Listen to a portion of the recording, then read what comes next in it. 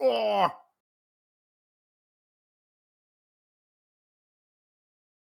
the Shut Your Mouth Lounge. Sorry, I'm just choking on things here and sleepy. Shut Your Mouth Lounge, episode number 288. Yes. Addy,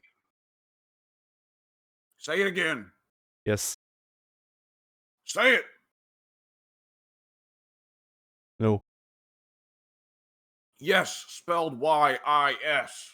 Yes. Yes. Pink. Yes. Spelled Y-S. Yes. Pink. Yes. Pink. Hey, hey. You say it. Yes. Yeah. Oh. All right. So, Pink, do you have anything coming out on your YouTube channel? Allegedly. I still got things I said last week that I was going to upload that I haven't uploaded yet. So everything I said last week that was supposed to come out last week, that should come out this week, assuming I remember. Yes. So yeah. Wrapping up Gladius Thew. I don't remember if I've got Street Fighter coming out. I don't know. I think Street Fighter is actually done. That might have gone up. So maybe not that. Gladius, no more Street Fighter, 2K23, and that should be everything. All right. Now, Addy. Well, not coming out next week, but actually yesterday, a new review popped up. It's done. Fucking hell. Mission Yeah. complete. Only took me 4 months to make one video. I mean, considering the much larger degree of work you put into the videos than comparatively I tend to, pretty understandable. I don't know, dude. Like, this is a... it's one of those things where, like, I watch... Dude, you actually edit it. You actually edit the videos. Well, yes, but like I was gonna say, like, I watch some video essayists, which aren't the same, like, technically similar, but not the same, because essayists talk about their opinions at length. Yeah, but what do they know? Well, like, it's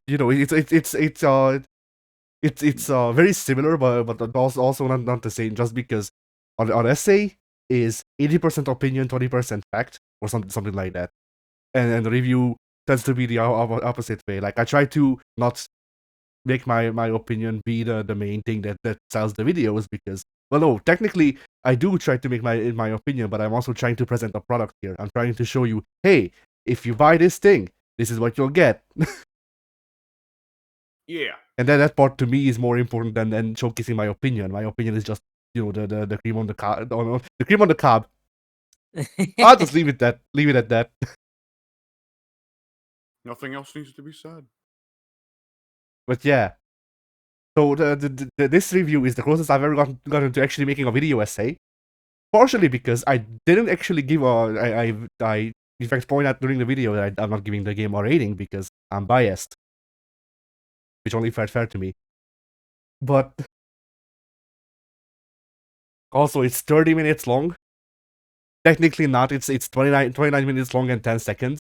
But that's effectively 30 minutes long, as far as I'm concerned. And yeah, if you wanna talk like just production, disregarding that it took me a week to write the script, something like that. Like, it took a week to play through the game, a week to write the script overall, working hours. It took me an hour to record the voiceover, and another 2 days to edit it. And then just editing the video itself took me 3 days. So an entire month's work has actually gone into this video. Like, no cap. All right. And yeah, I want to work on the next video. At the same time, I have no clue what I'm gonna do. And also, I'm taking a break because I do this every time I make a new review. I need to take a break because I can't just go into the next video. It's not gonna be done. Like, I have rushed into making another video years ago, back when I started making reviews. I tried to make multiple reviews nearly concurrently, and what I found is that I can make one review that's fine, that lives up to my standards at the time, and then if I try to work on another immediately, like the next day after that's done, then I will get like 20 seconds in and I go, I want to strangle myself. I am so fucking tired of hearing my own voice. Please. Because, like, you don't get to hear the amount of audio that I cut out. Because once again, I've already done that. I did the audio engineering. So, but like that recording was an hour long. Nearly. It was 40 minutes long. I cut it down to 23 minutes. And then I bloated back up to 30 minutes with cutaways. Because gags and references. Yes. But yeah, I think it turned out good. I think it's a fun video. There's a joke that I really liked, and I need to post it, so I'll remember to include it in the year compilation for this year, because it's not like a high effort joke, but you know how I tell jokes. Yeah. It's just a part of the script, and it tickles my funny bone, or whatever people say. Yeah. Which, yeah, like, it feels like I'm gloating. Oh yeah, I wrote such a good video. Performed it well too. But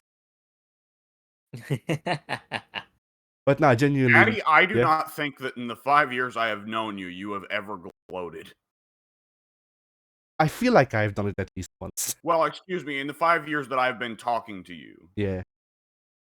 Known you for probably about 8, but 5 years I've been talking to you through voice means. Yeah.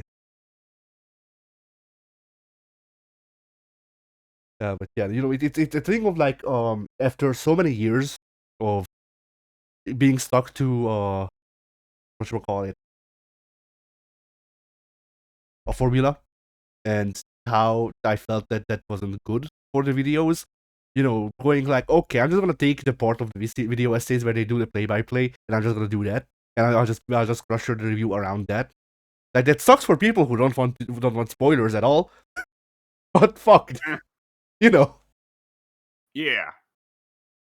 And even still, for the big moments that I think actually matter a lot, I either cut around to them so they're not obvious, or I put notification, or like I make the screen have an overlay of like, hey, if you want to skip spoilers, skip to this part, because that's when I got away from this scene. That's nice. Yeah. And even then, if it's one of the spoilers in this video, I actually cut it so you don't get the spoiler even during the spoiler bit. Eh. Like, I cut it just enough because neither of you have played Assassin's Creed 4. Like, completely, I mean. Like, you haven't played through Yeah, it. I've played like You can't prove that. I played like the first 3 or 4 missions. Okay, then spoilers for Assassin's Creed 4, technically, I suppose. Later on, there's one of the lines that Blackbeard says is, in a world without gold, we might have been heroes. That's one of my favorite quotes, just in general. I include it in the video because I wanted to point this out, because it's only fair that if I spend most of the video shitting on Ubisoft and the game, then I also point out the things that I really enjoy about it, and that's mostly the character work. How they wrote the side characters, how they performed, the shit like that. And that to me is a spoiler because, well, I'm just showing you the exact scene. I'm not talking over it or anything. I'm just showing you the scene. But I cut out the part that's actually spoiler, which the spoiler is the guy who is dead right now, Blackbeard, is dead. Yeah. Eventually, Blackbeard died. That's the spoiler. That's messed up, isn't it?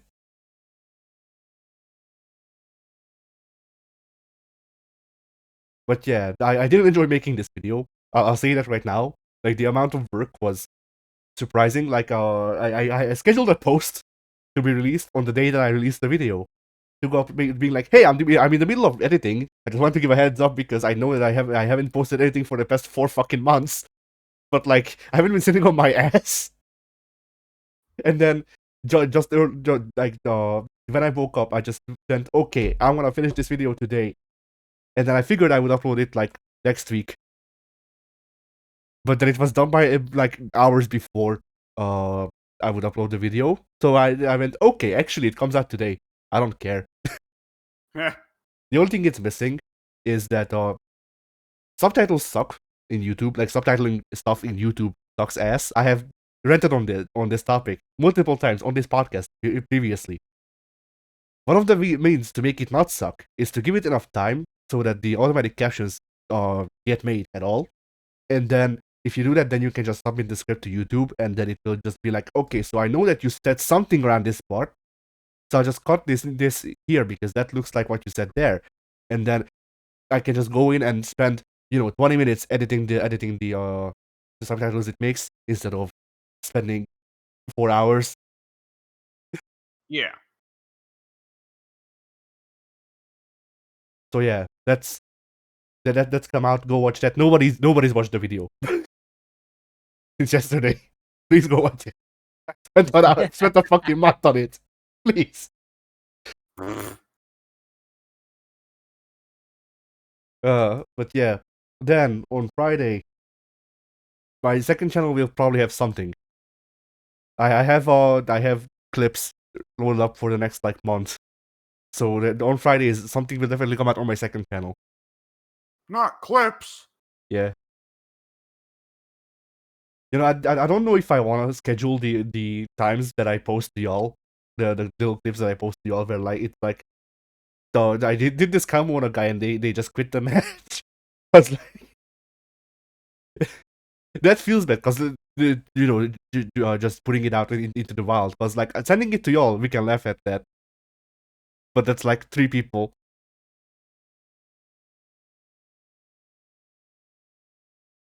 Three people. You might Really even enough, you need to embarrass this man in front of the entire world. Yeah. The entire World Wide Web. 3 people also on a Everyone is watching. My God.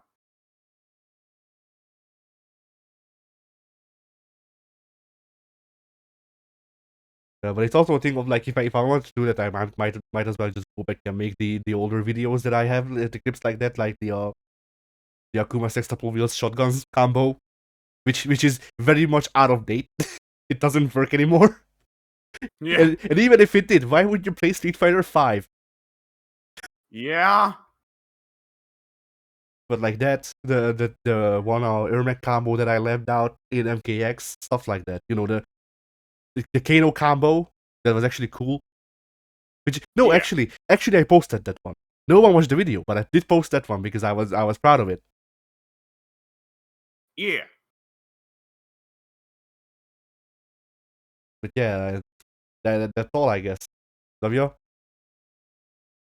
All right. On my channel, let's see here. Oh, hang on. Give me a second. Oh, excuse me. All right.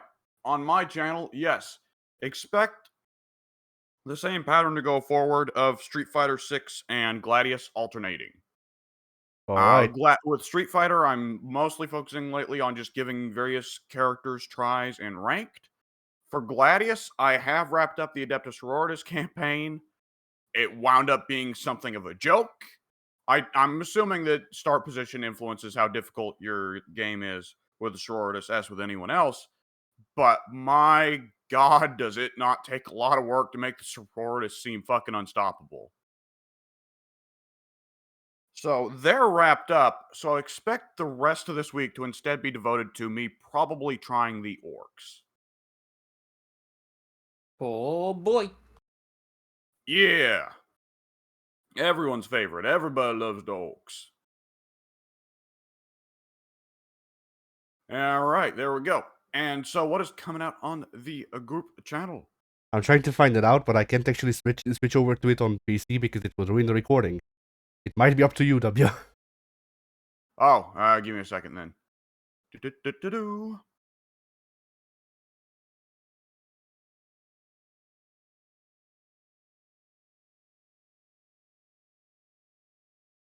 Oh wait, this is my channel. What am I looking at my channel for? Make sure what you said is coming out on your channel is actually coming out on your channel. We need to make sure. The Yeah. people need to know. Oh, the Adeptus Sororitas uploads actually wrapped today, so there you go. There's that.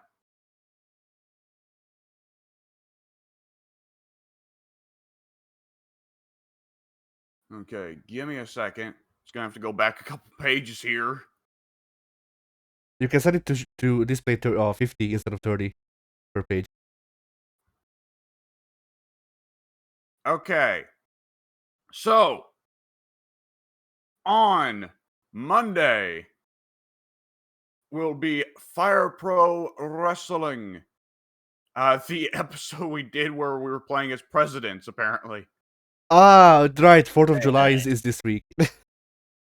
And then 4th of July is Broforce, which wound up being a pretty delightful recording. Oh yeah, yeah. that video had no game audio, so I had to improvise. I can make a few guesses as to what you improvised. And then on Friday, it will be Capcom vs. SNK 2 Part 3.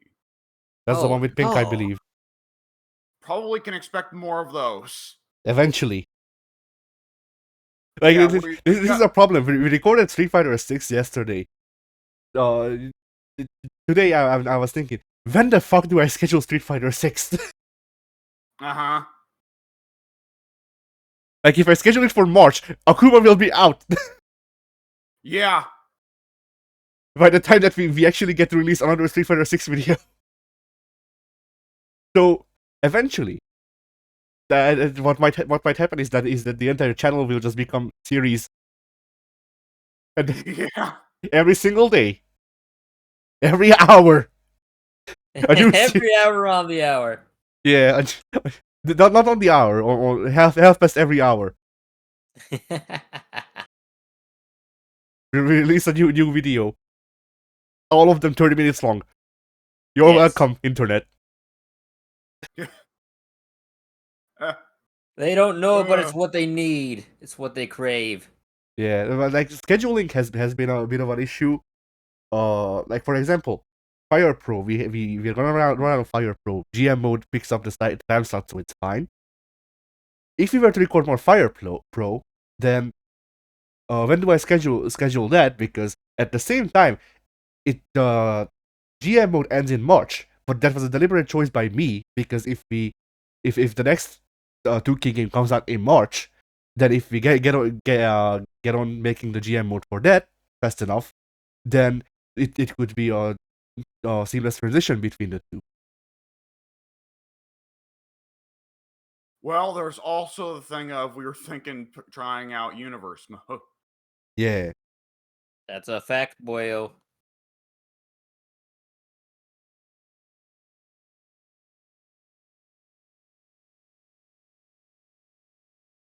Hmm. I mean, we could double up.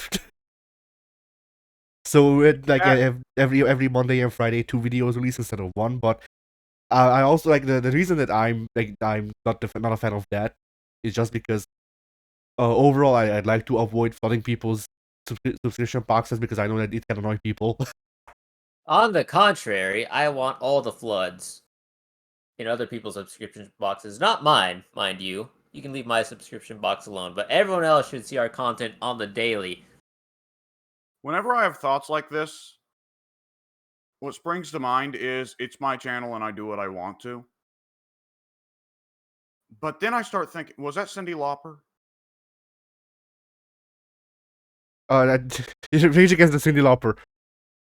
No, I mean, what's the who did the song "It's My Party and I'll Dance If I Want to"? That wasn't Cyndi Lauper, was it? I'm not I sure. don't remember. Well, either which way, the only bad part of that thought, especially at our level, where we have what 8 viewers we could piss off. Well, it's an increasing amount because 4 or 5 people subscribed just this week. Well, I say don't make things bland and predictable. Chaos is the spice of life, as they say. Yes. Uh, but you know, like then what do you mean by making things bland and predictable? You know? No, I didn't intend anything to actually be read into that. Okay. It was like it was like I'm saying, like, who like if ever I have an idea that's like gonna go off schedule, I can excuse it to myself by saying, well, we're being exciting. We're making it where they gotta keep an eye on the channel because who knows what'll happen. But Yeah. in truth, what it is it really is not that big of a thing to worry about. I think I an mean, extra yeah, video on some days is not going to cause people to go like I follow I'm subscribed to PlayStation's account on YouTube. yeah. Those guys will flood your fucking subscription box. Yeah, I I'm know.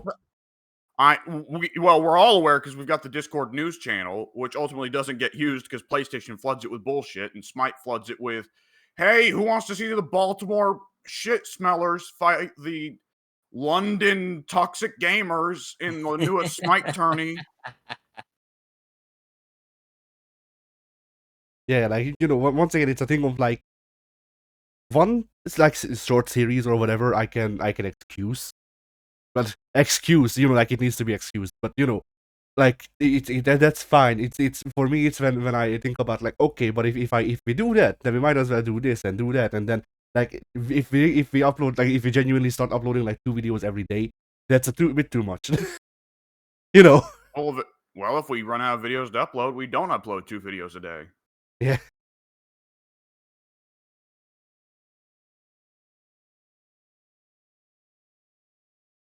Like, I think in terms of, like, the mental pressure of, like, the channel has to stay active, there needs to people need to not look at the channel and say, "Dead channel." As long as you're uploading anything, like, more than as long as you're uploading more than a singular video a week, if even then, which I know video essay channels, for instance, play by different rules. But, like, for instance, those guys will have months go by of not uploading videos. Then they'll upload the one video and they're fine. It don't Yeah. matter.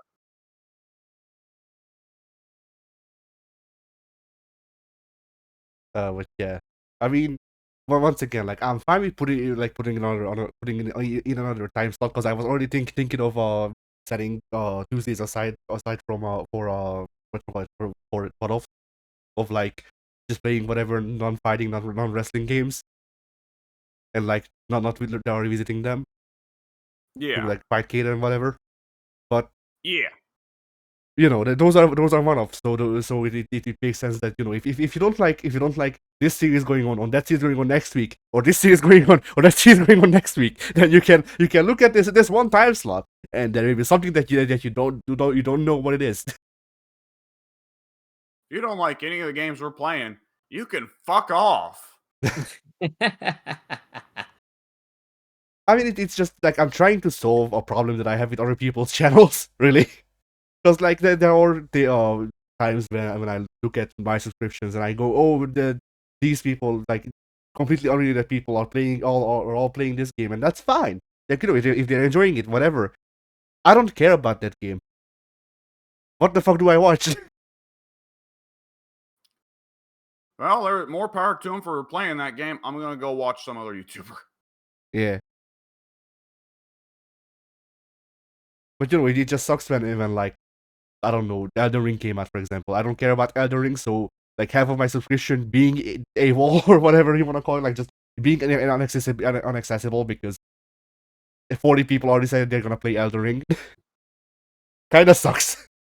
I can't be responsible for every potential viewer. There's gonna be plenty of people who don't want me to play video games. They want me to do lumber work. I'm not gonna switch to doing lumber work. But yeah, that's true. But Lumber for work is sexy, Alex. What is wrong with you? Look, I'm too sexy already. If I start doing that shit, like in my YouTube channel, there won't get to be comments about Total War Warhammer, which there's no comments about Total War Warhammer right now because holy shit, I'm not playing that on the fucking channel. I need to change that because it's starting to look like my channel has nothing to do with Total War Warhammer, and Total War Warhammer is a big part of why I started the fucking channel. But anyways, or at least started taking it seriously. But like then you know, I every a video would just be filled with like comments that just like are in all caps. Fuck me. Right? Possibly making the stupid Vince McMahon voice. Yeah. But like the reason, Off reason, my yeah. bulge. The reason I like this AVP stuff that we have going on right now is because it's similar to the best friends and other channels like that, but the best friends is what comes to my mind immediately. Where it was like, okay, I don't care about, I don't know what they play, probably Dark Souls. They definitely played Dark Souls at least once. So Yeah, like I don't care about Dark Souls. that was Yeah, like Wooly and Pat's part of their gimmick, at least initially, was they were the Souls duo out of the group. yeah. And so like they're uploading Dark Souls, but next week they're also they're gonna upload I don't know, Tony Hawk's Underground. And then the next week it will be Dark Souls again, but I can wait a week. And then on the side we also have fisticuffs and whatever else like themed month that they have going on. So like that sort of setup satisfies me as a consumer, and so that's what I want to provide, because if it would satisfy me, then it should satisfy other people as well. I will say, for my part as a viewer, when I was watching, let's just use the example of the Super Best Friends. Like, I could tell when there was a series that was going up just because they thought this would make the viewers happy, but they were not enjoying it. And while there are a lot of people who really enjoyed the Super Best Friends being in pain and playing bad games, especially David Cage, I'll say that was what I never really got into them for. So that influences my perspective on things, you know? Yeah. Where I always liked when it was just like, yeah, this seems like fun, let's pop it in. And it's like Simpsons wrestling. All right, well, let's go. Get hyped? Question mark? I mean, obviously, and I'm not saying that we need to pick up like fucking Todd, you know. Yeah. It's just that there's a certain amount of videos I think is a maximum that's fine for most people, and Yeah. the podcast, like I don't know how the podcast factor in, because podcasts weren't a thing really when I paid attention to this shit, and none of the people that I watch really do podcasts on the shared channel that they also upload other stuff with. So Well, at the moment, I think what podcasts do is they just drive up the amount YouTube wants to advertise you. Yeah. Because it's the new feature. Yeah. Oh no, I've started a new issue in my household. Apparently, this is going to be a new thing. That's going to be a daily thing for me. Being told I need to do shorts. Ah. Did you tell them that you don't even have me do the shorts for our shared channel? I did bring up that we were having shorts on the shared channel, so I imagine what they're asking though is do them on the solo channel. Probably.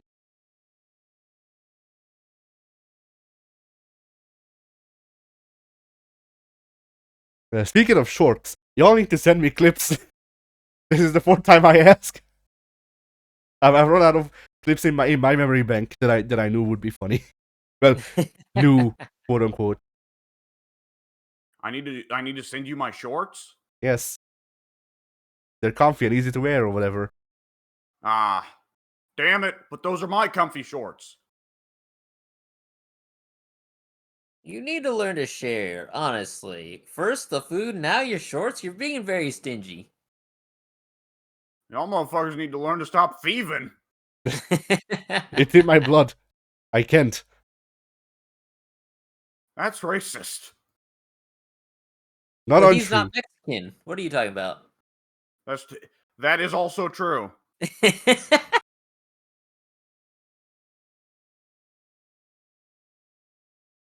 I think I've told you guys before what my favorite gagging community is, right?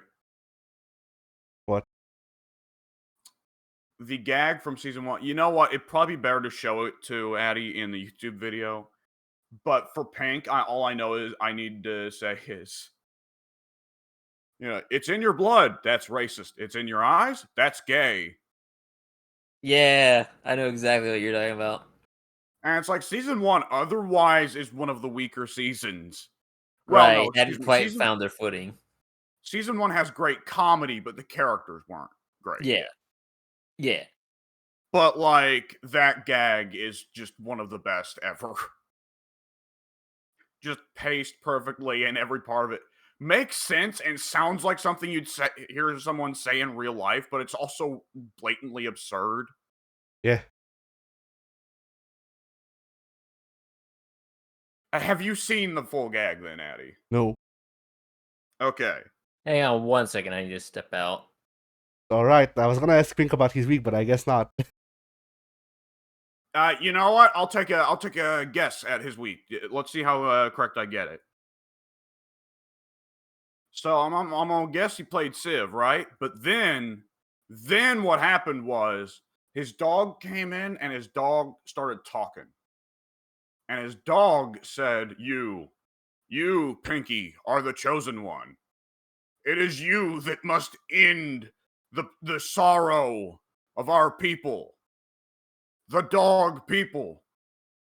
You must go to PetSmart and you must retrieve as many treats as they have. And you must bring justice. Okay, I've lost the fucking narrative here. Alright. It was really weird, when Bowie said that he lost the narrative. Yeah. The weirder thing was when Bowie talked about how weird it was when he said that he lost the narrative. Yeah. This whole podcast is actually inside of the mind of Pink's dog.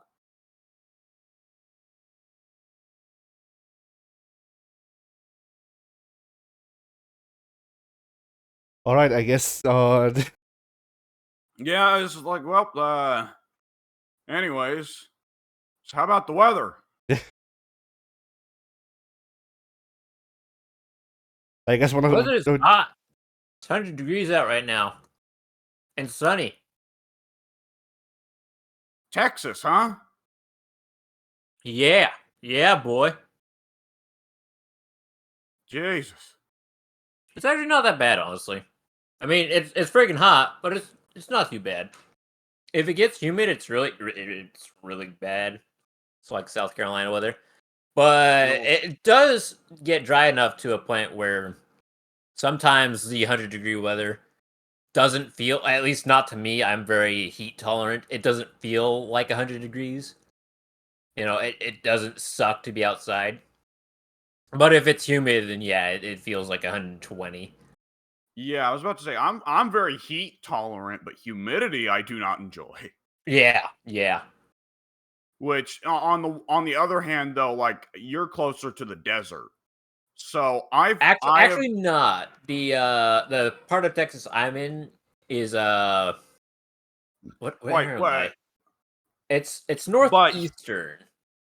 However, I am not incorrect. You are definitely closer to the desert than I am. Well, yeah, that's a fact there. Like, I think the distance between me and the Mojave is probably about similar to the distance between Addy and the Arabian. Not the desert, the people. Yeah. There is inexplicably a no Arab like field around Hungary. And it's not even like a repulsing thing. It's just the moment an Arab guy gets within a radius of They Hungary. teleport to the other side. Yeah. This joke is especially funny because straight into the middle of Germany. Yeah. This joke is especially funny because my dad actually knows a guy, an Arabian guy. He used to be good at hacking phones. Oh. Yeah. Good life skill. That's a useful skill to have. Yeah. I mean, it was his job, so it was a useful skill to have. You have a big sign on top of the store that says "Phone hackers are us." No, he just had like a normal phone store, but the the stuff that my that he would do. I've recently seen in phone hacking videos, so I'm gonna assume he did those. Like, Oh, well, we've all hang on. So I remember when I was a little kid, we were all like, "Oh my god, our uncle can just put together like these CDs that will just like have all the favorite songs on it. That's so cool." Like, how does he do that? Is he like, oh, is he like going in there and he's mixing? No, no. See, my uncle was back in 2004, 2003, just one of the earliest to Hang on a use second. LimeWire. nice.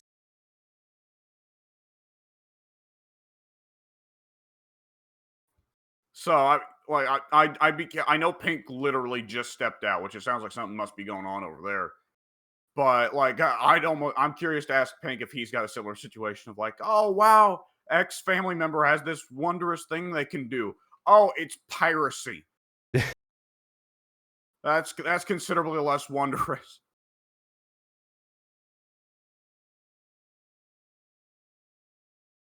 But yeah, that guy. Last time I saw him, he was still running a different phone shop, but I think he retired 2 years ago. I see. A guy was in it for the long haul, and he actually stopped hacking phones. So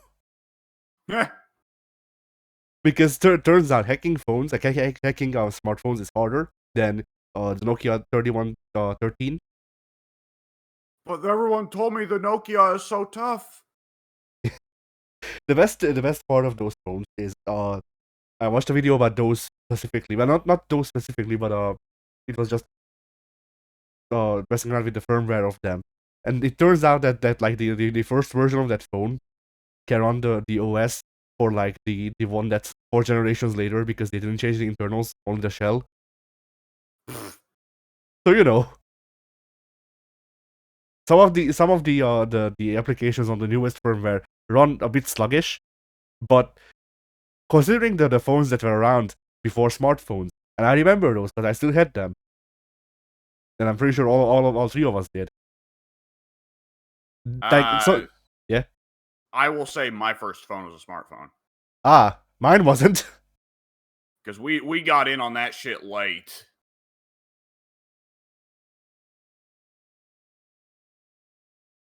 Like I can tell you, back in like 2012 or whatever, Mike going on his big rants about how the smartphones are destroying everything and that it's ruined society and all this, that, and another.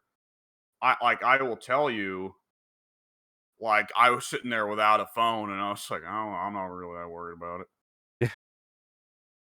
I got a an Ericsson, I think. That was my first phone. I had an Ericsson push button phone that was like when I was 5-ish. And it didn't have an SD or SIM card or anything because, yeah, I was 5. But it was still a functional phone otherwise.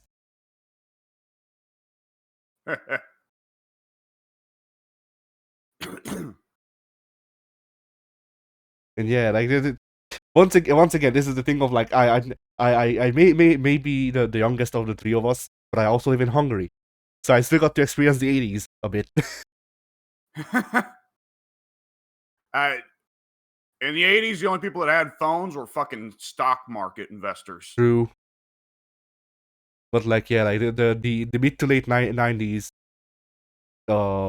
America is something that I genuinely probably have experienced with bits of it, not everything, obviously, like the fucking Wayne's World and stuff like that. Obviously, I haven't seen because those weren't around by the time. Yeah. But like technology and some media, because there are mid 90s stuff that only got here by the time that I was around. Yeah. But yeah, the difference between like the first the Nokia 3113 and the 3150 or 60, I forget the numbers because they don't matter anyway. But the only difference was a bit of RAM. The newer one had a smidge more RAM, and those phones ran sluggish when they were new. So you could have given someone a 3113 with the firmware of the 3150, and it would run like most everything that the 3150 did, just a bit more sluggish than 3150 because less RAM. And you could have just told someone that, hey, this is just how it runs. They would have believed you. Yeah. And that's how phones used to be. Back in my day. Back in the olden days. Yeah. When shit was good. You know, I thought of the idea of if I ever get to like move out to America or whatever, eventually becoming the old guy who start talking to their like grandchildren, being like back in the modern country, but like the only thing I'd ever say is complaining. Back in the modern country, it always sucked. I hated it. Fuck that place. Back in the old country. Yeah.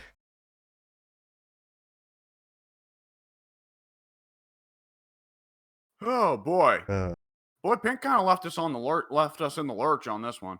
yeah. All right, better go ahead and just hit your week then. All right.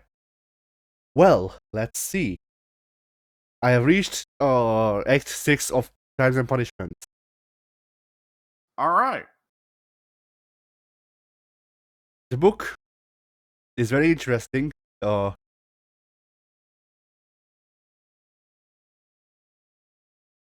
pretty much it. There's not much I can say without spoilers. For his 100-year-old book. Yeah, that's understandable.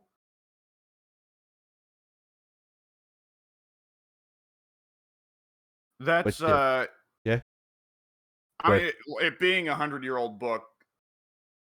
Like, I guess, like in this particular case, you're only avoiding spoilers because I'm here and I've already said that I have a copy of the book right over there and I intend to get around to reading it soon. But yeah. Yeah. It's there is some, I don't know if this is a thing in the original text or if it's just the translation that I'm reading, which is old. Yeah. But there are some weird ideas that you can take from it. What's that? Like for example, I said during another recording that the book does actually bring up communism, surprisingly enough, as the liberal mindset, and they actually discuss it a bit of the different characters, and it raises they never point this out, but reading at what people are arguing about and shit like that brings up an idea that the reason it's called communism might be very weird, because the idea that the book presents as the source of the name communism might be that polygamy, and they refer to polygamy as a commune. Yeah. And if it's about making communes, then communism.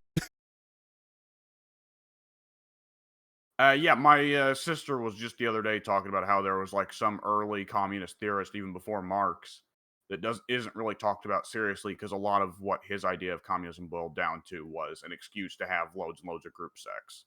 Yes, that is exactly how they portray communism. Eh.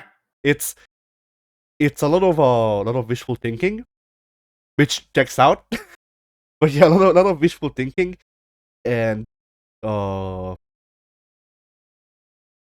lot of talking about like polygamy and how that's like it seems like during the earlier stages polygamy was the main thing. Like atheism and polygamy seem to be the two main things of communism at the early stage that this book talks of it. Yeah. And then also the character is, I guess, technically a cock that talks about it. Amazing. Because one of his things is like they're arguing about marriage, and this person says, you know, if my wife had tried to have me raise another kids, then I would take it as an offense. And then the liberal guy goes, I don't see why so. Hell, if I ever married, then I would find myself on find my wife a lover immediately and be like, this is how much I trust you. Okay then. Yeah, which it's one thing to be in an open marriage. It's other to explicitly find your wife a lover. As a sign of trust that you won't what cheat on them. I guess because their whole argument in this argument is that there is no cheating in a free marriage, which is incorrect.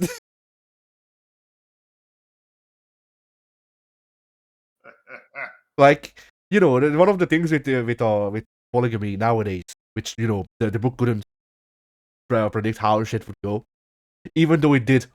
A lot of things it says it points as like this could be how this might go down. It's fairly close to what actually happened, but the book couldn't predict how polygamy would turn out. But one of the things with polygamy nowadays, from what I understand, is getting everyone on board into being in a shared relationship and discussing what counts as cheating and what doesn't, like in any other relationship. Yeah. But yeah, also the translation I'm reading is very curious a lot of times. Shouted, I guess, had not been invented by the time it was made. For everyone cries. Like I'm saying, the word shouted had not been invented. Yeah. And also, there's like I don't know what. Obviously, I have no clue. The quality of your translation, and I wouldn't call this one of better quality either. But it is very, very of the time. It's very early. And well, not early necessarily, but you can feel that it's somewhere between a proper English translation and a direct translation from Russian. Yeah. And like every time that they talk about a character, they either say their whole name or they say 2 out of 3. Sometimes not the same 2 out of 3. Sometimes people's surnames just change. Why? Why not? Russian naming traditions are a bit different from the ones that you or I are used to. I mean, yeah, I know, but it's still weird how, for example, like this is something that could be fixed in translation because like the people having a fuck ton of names, whatever, you can work with that. But there are some awkward sentences where it's like uh I'm making something up, but it's like Rodion couldn't tell that he was showing fear in his face, for he was Rodion. Why did we need to hear his name twice in that sentence? Like it's very like it's literally or literary uh things that I was advised against while I was learning this shit. So it's just weird to see them being used in actual print, you know? Yeah.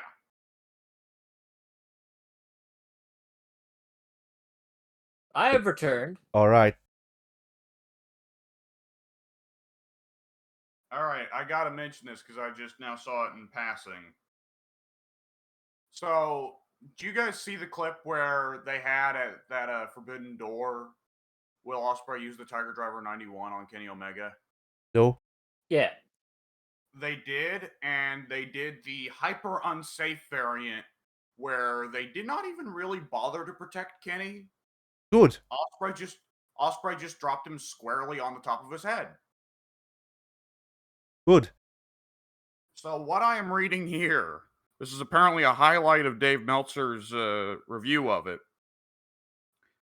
So, Don Callis at ringside, I guess there to support Ospreay because the gimmick is that he's turned on Omega recently.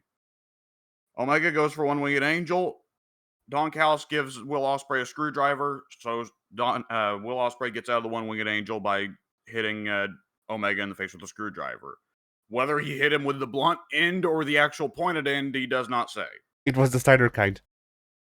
Yeah, there we go. That's a logical transition. And then Omega kicked out of getting presumably Abdullah the Butchered with a screwdriver. So then Osprey hit a hidden blade and the Stormbreaker, which is his finish, where it's that like double arm lift into like the shoulder. I don't know. You get the idea. Yeah. Omega kicks out. Osprey picks Omega up and does his one-winged angel, does Omega's own finish on him, the one-winged angel. Omega kicks out at 1. Unbelievable. Osprey picks him up and does a Tiger Driver 91, one of the most protected finishes in Japan. Omega kicks out. Osprey then uses a hidden blade in the Stormbreaker again, and this time pins him. I thought the next like point of what do you call it, like going up a notch would be just Osprey pulls out a gun. Osprey pulls out a gun and shoots Omega in the chest 5 times. Omega kicks out at 1. Yeah. Will Osprey rips Omega's head off and beats his torso with it. Omega kicks out at 1.5. Yeah. Yeah. The problem is the reason that Omega kicked out of the Tiger Driver 91 is that they didn't do it off of a ladder to the outside. Just a straight fact. Now, also, apparently that match, Davey Boy gave it 6 stars, which, incredibly enough, makes Will Ospreay the highest-rated wrestler by Meltzer in history. He now has beaten Misawa. Oh, no! And naturally, I saw AEW fans taking that and going and saying that Ospreay is the greatest of all time, so... they continued to be unbearable. And Sounds it's like, it. I try to not just have like the tribalist mindset of like, your company fucking sucks. Your favorite wrestlers fucking suck. You don't actually like wrestling. You just use it to tout how smart you are. But Christ. Like, this is a fucking joke. And not to sound like Cornette, but like, what the fuck? Are we going to drop a nuclear fucking bomb on Kenny and have him kick out? Because I know the idea here is to make Kenny Omega look like Superman, but instead it just makes it look like all of Will Ospreay's finishes suck. And it makes it look like when Will Ospreay does other people's finishes, if the other guy had done that finish, it would have killed. But apparently Ospreay just sucks at doing other people's finishes too. The moves that other people killed with, he can't kill with. Because Kenny has had matches where he got beaten by only 1 or 2 finishes. And those aren't going away. Those are still in history. So it just makes anyone who can't do that to him look like a bit of an oaf. Yeah. But you see, the thing is, Kenny doesn't like Ospreay that much. Yeah. No, the thing is that Kenny and Ospreay love each other and want to put on a 5-hour match of them hitting finish after finish after finish because they think that's how they put each other over.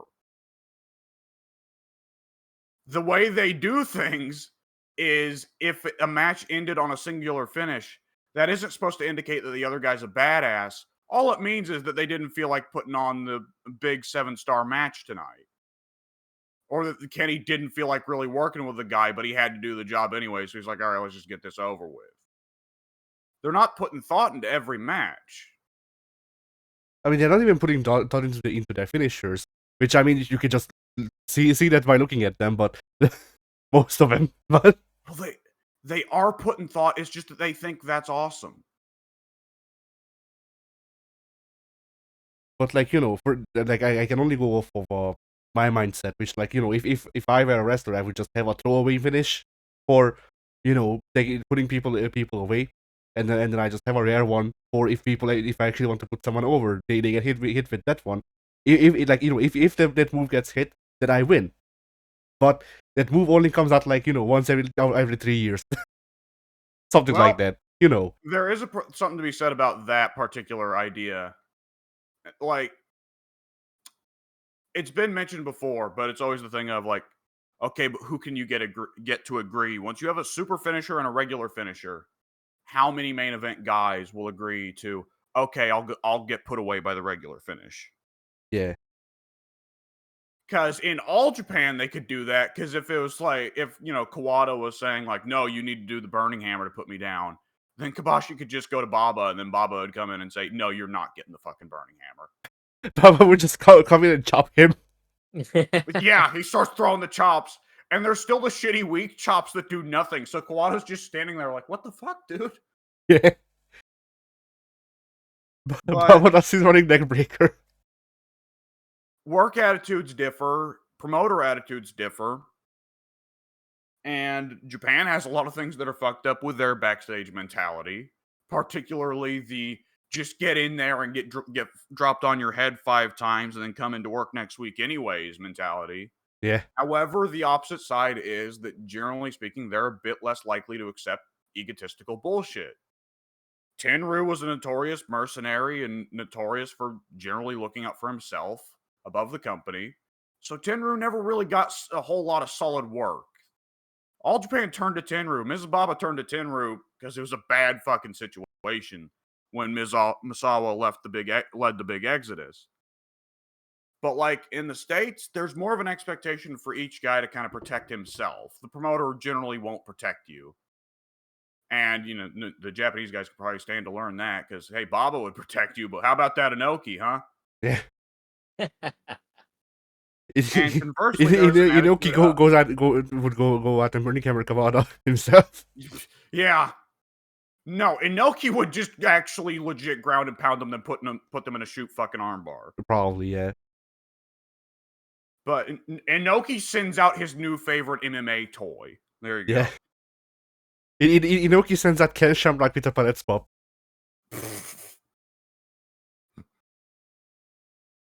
go.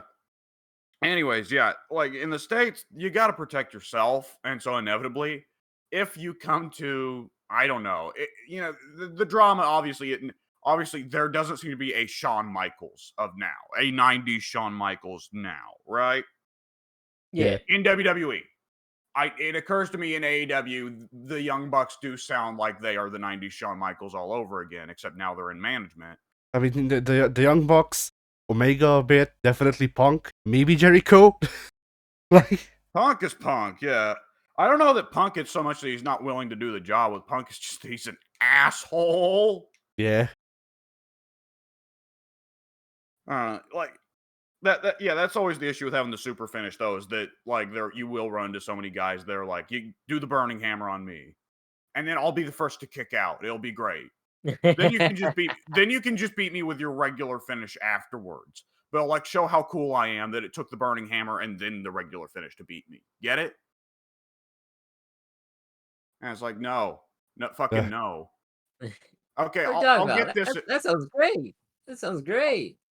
I'll get I this in love real it. quick because it's important for historicity's sake. Misawa did the Tiger Driver 91 like 10 times. Which is a lot more than Kobashi did the Burning Hammer, which is why the 91 doesn't have nearly the respected legacy. That and the fact I was about to say that it sounds a lot more than the Burning Hammer.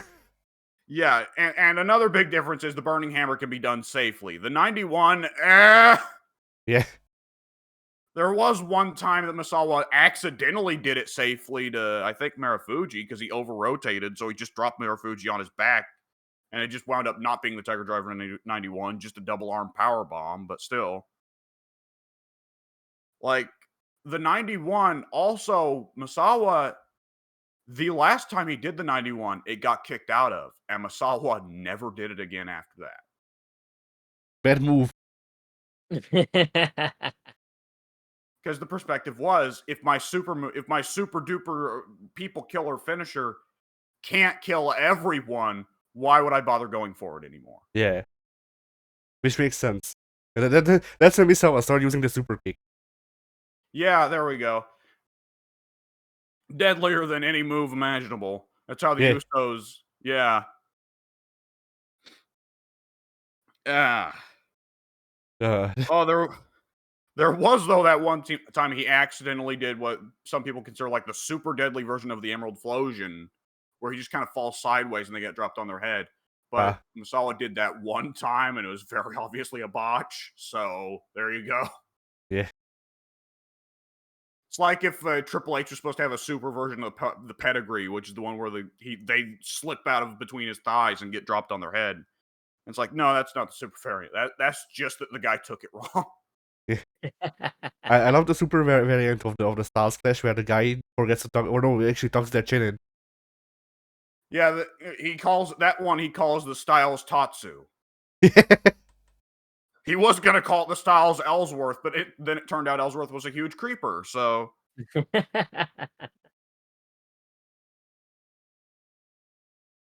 oh boy. Alrighty then. So, Pink, what have you Yeah. done with your week? Where did it What have go? I done? How could you do that to your week? It was so young. It had so much to live for.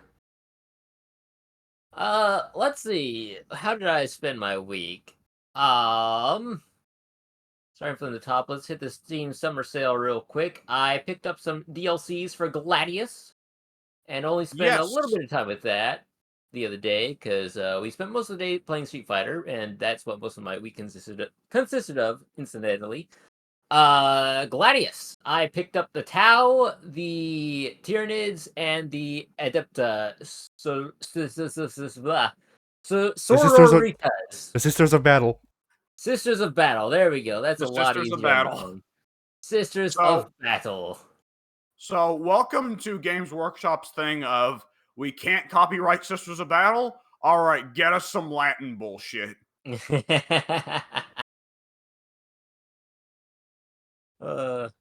What a Yeah, title. the Tyranids, I have never put in a tremendous amount of time with. I know that they have the fastest, like, they have a trick that is the fastest to get to getting a second city out there. Probably, because you can sacrifice your units to create production, and that's pretty radical. I did not spend much time at all with any of these factions. I probably did like less than 20 turns on the Tyranids and less than 30 on the Sisters of Battle, and I have yet to launch a game as a Tau. So I just wanted to get a quick feel for it and get out so we could play Street Fighter. But the Tyranids, I picked them up because they just look really freaking cool. They're like dinosaurs with laser guns, and it's radical. How could you not love that? Yeah. And they've got so many weird mechanics going on with them, and I'm very unfamiliar with the mechanics of Gladius on a whole, so it's kind of funny trying I mean, to play the game and not know what I'm doing. on some level, with even the base four factions of Gladius, like everyone except the Guard, except for the Astra Militarum, if you're going to call them that, I'm going to call them the Guard. The Guard was built to be the closest to like your standard Civ thing. The only thing that really makes them weird is the ability to issue out the edicts to pump, more resources out of a given type. Yeah. But then, the Space Marines, they're rocking the Venice play style. But for every resource they touch on the map, their Venice becomes stronger and stronger. The Necrons have their bullshit. The Orcs have theirs. But Mm-hmm. you can still generally see some similarities. They've just got some slight twists that make them a bit crazier than Civ on some level. Then they introduced the Tyranids as DLC, and I think they were like the second DLC. Only Chaos came before them. And the Tyranids are just playing the game entirely fucking differently from everybody else. Yeah. Like, did you notice? You may not have gotten that far. You can get a unit called the Malanthrope, which is not only, for one thing, your settler unit, it is also a unit that eats tiles. Oh, interesting. Because I know there's like dozens of ways they can eat tiles in their empire. To have a unit that eats tiles elsewhere, that's pretty radical, but fits in with Like, the rest of the theme. you know how builders can spend charges in Civ 6 to harvest a resource, Yeah, like harvest trees for production. The yeah, Malanthrope can harvest the grass off the fucking dirt. crazy. And it can get to be a real problem because the natural gimmick there is okay, let's go into enemy territory and just start eating. Yeah. And suddenly the opponent looks at their backyard and sees bedrock, which is apparently the worst tile in the game, and it can only be made by Tyranids eating whatever used to be that tile. So, resource warfare, I guess. Yeah. It's been pretty great. Like I said, not invested a lot of time into them, but they both have very fun, unique play styles, and I'm looking forward to playing them some more in the future. All right. All right. In addition to that, I picked up some DLCs as well for the game called Endless Legend, which is another 4X strategy type of game made by the developers who made Humankind several years later. And that game sucked. Don't play it. Yeah. Speaking of, harvesting resources and making bedrock and whatnot, the faction I was most looking forward to playing in this game is a faction of like volcano people who can terraform the map into lava and volcanoes and ash and brimstone, and it's awesome. And I was so hyped for this. And playing them, I was even more hyped because I'm just terraforming the earth and making everything lava and brimstone, Just as God intended. brimstone and hellfire, just like Cain. It was great. I was having such a blast, and yeah, All right. not much else there to say about that. It was just fun terraforming the earth and making it super livable for my people and Unlivable completely for everyone unlivable else. for everyone else. It was great. Yeah. Like, ooh, I like this territory over here. It'd be a shame if somebody were to make lava out of it. Oh my. Oh no. Oh no, I'm putting the volcano former down. Uh-oh. Hope you guys don't mind. Yeah. And then finally, keeping in tune with the terraforming and Mother Nature and whatnot, I picked up Revival. No, not Revival. What is it called? Oh, it is Revival. Revival Recolonization, which is a Civ-like game set in the post-apocalyptic future. This has the very same mechanics, just different. So there's a it's very different from Civ. You don't start with a city or anything like that. You start with kind of an individual who has rocketed down from a pod out in space to, I guess, reboot the Earth or whatnot, which has been destroyed by the World Mind or whatever. The All Mind, pardon me. World Mind is Nova. All Mind is It's like Terminator, obviously. Yeah. So, yeah, you're rebuilding the Earth in a post-apocalyptic version of it. So your natural wonders are actually pre-built or previously built wonders like Big Ben or the Eiffel Tower or the Statue of Liberty. That's pretty cool. And in this game, you with your leader character, you join pre-existing factions on the map, and every faction has a preferred biome type or weather type, things like that. And Yeah. with your magic wand thing that you're carrying around, you can terraform the earth once again. So Yeah. there's been a lot of terraforming over the past couple of days. In Endless Legend, I was making lava everywhere. In Revival Recolonization, I was making it snowy everywhere because my people, I guess, were Canadian and they really love the snow. Fair enough. And yeah, I didn't play any of these games for too long, but I was having a blast with all of them, so that was nice. I was a fan. Yeah. Obviously, I played Dead by Daylight with Mike as per the usual every now and again, and then basically all of yesterday, you guys saw what I did yesterday. We played a lot of Street Fighter, but that also leads me into this morning where I played Street Fighter 6 And got to ranked. Master 6. What? You got to Master 6, I heard. You became the master of sex. I That's what I am the assumed. master of all, the master of puppets. Yes, I am the highest ranking member of the Discord of Devolution. It's great. I expect to be paid in tribute every month henceforth. I lost Yep, every match except for Addy, one. you're not getting that money anymore.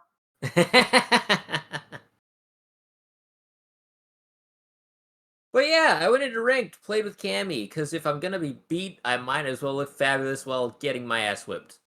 And it was alright, it went alright, you know, I faced like a bronze player or two at the start, then another bronze player, then I faced a couple of rookies, and I faced some other people who weren't ranked either, and well, I at least won a match. Oh, Honestly Yeah, speaking, it was more than I was expecting, and the player was Luke. So, as I stated in the Discord, this is just scientific proof that Luke is the worst character in the game. science. I mean, Yeah, being to be fair, you could have yeah. just got no bad luck with the matchmaking because I know I did with Ryu. Well, that's possible, but I'm just not confident you're right in your assessment. But we'll say it was a string of bad luck for 10 matches. My current ranking is rookie with an LP of 0, which is the lowest you could possibly beat. So that's pretty radical. I'm proud of that. I mean, it's not something to be proud of, but I'm proud that it happened. So now when we join up in custom matches, it's gonna look really funny when you guys are bronze, silver, etc., and I'm rookie, no LP. I don't know what LP stands for, but it's there. Lifetime points. I don't actually know. Let's play. Yeah, it stands for I the have amount of 0 Let's Play. yeah. That's the amount of Let's Play videos you've uploaded. I have 7,000. Yeah. Probably not incorrect, honestly. That's a Skyrim series right there. Yeah. No, that's one half of it. That's one half of a Siren Yeah. series. Oh, god damn it, Black Reach! I figured that you would either have a bad time with ranked because low ranked is bad, it's not fun, or you would like we find out accidentally that you're actually a god and you get like fucking platinum 5.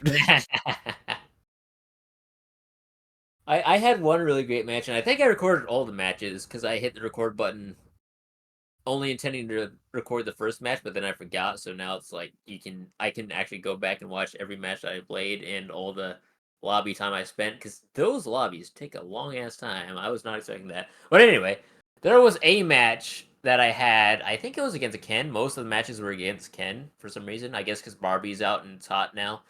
But Yeah, Modern Ken is also very cheap from what I hear. ah, Very easy and I'll cheap. have to take notes of Ryukin. that. Yeah. Yeah. Like, Ryukin. some of these things like I have no experience with myself. I just heard people say, "Oh, Modern Ken invalidates playing Classic Ken." I don't know if that's true. I'm gonna check for myself, but I don't care. But you know, Ryukin. yeah, But yeah, I think I had a very close match with him the first part of the set, and then when we hit rematch, no, was it? Yeah, I think it was after you do the rematch. In the second round, whatever you want to call it, I don't know because I'm not a sports guy.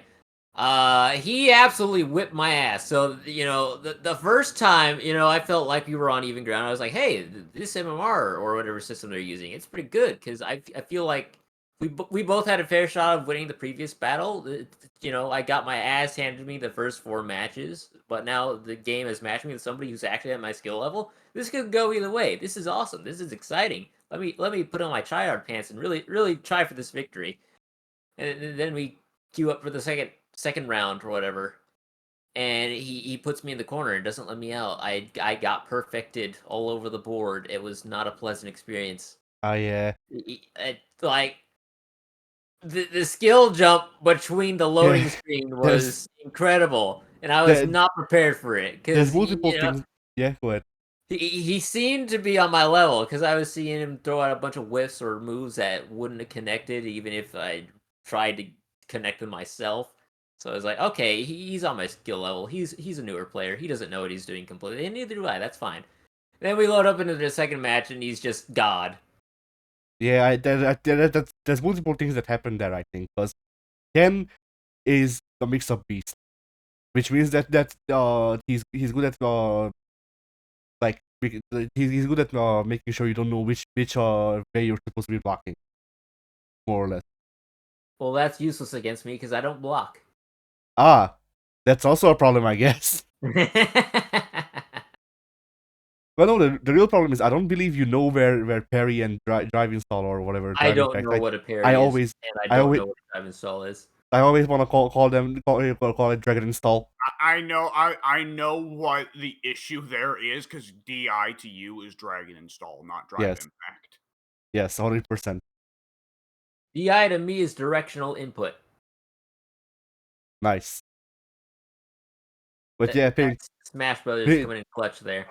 basically, the things that you're not using, the two help, are on the two bumpers in modern.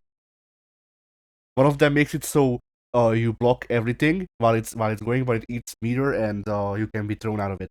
The other one is the move where you get all colorful and then it you can take a hit and still hit them.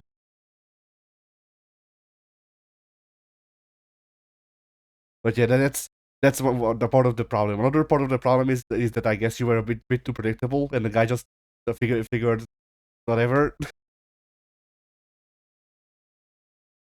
I don't know if it's possible for me to be predictable because I don't know what I'm doing half the time, or any of the time for that matter.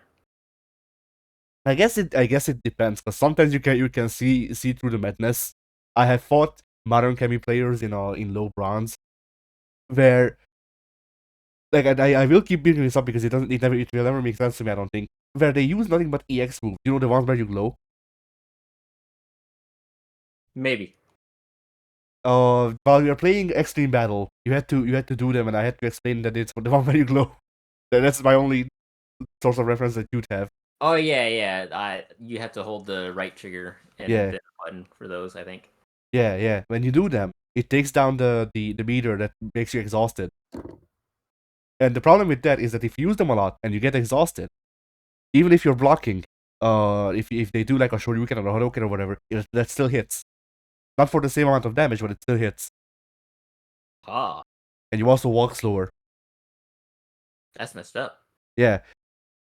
And for an inexplicable reason, every modern Kami that I've fought in low bronze would just do all of their EX moves at the start of the round and then die. because they were out of breath and couldn't block. So, basically, yeah? I was saying it's tragic. Yeah. Basically, Pink, what I'm trying to say is don't be those people. which I already know you're not, but you know.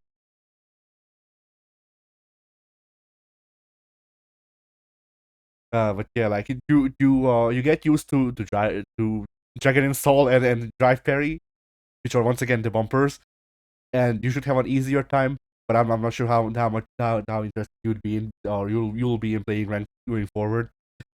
I mean, my only goal with ranked was to obtain a low rank, so that's already mission accomplished. I'll probably play through ranked with every other character on the roster Just to have all of them at 0. Yeah, just to have everybody at their low rank so that Nice. when Yeah. we're in our custom matches, we can see that skill difference in play before we play. Yeah. I mean, for another thing, like, once again, this is a thing of like, well, if you want to improve, which is a big Going if. by past patterns, though, you could open that up, and it's just like Guile, Platinum 3. What? Yeah, next time you play Guile, Master.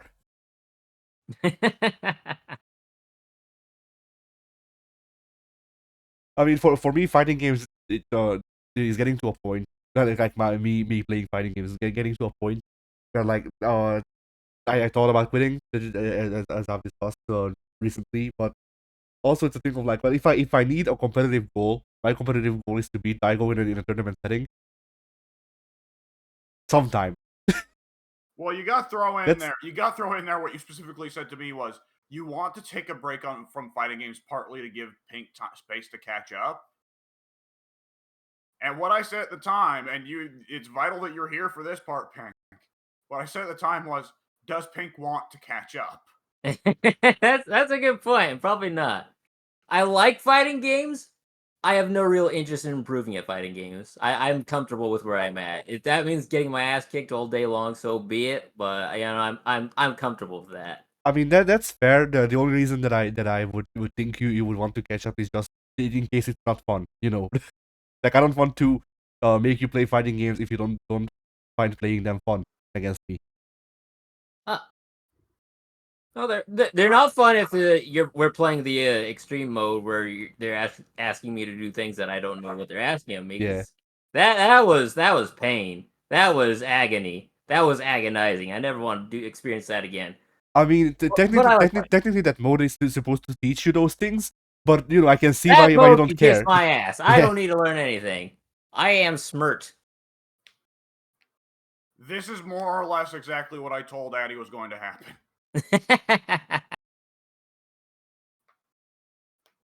Because yeah, like you know, like I don't really care about fighting games competitively enough to actually want to commit to them. If y'all were like, hey Eddie, just quit playing fighting games for like a month or longer, I'd be like, okay, and I would, because like Akuma's not here,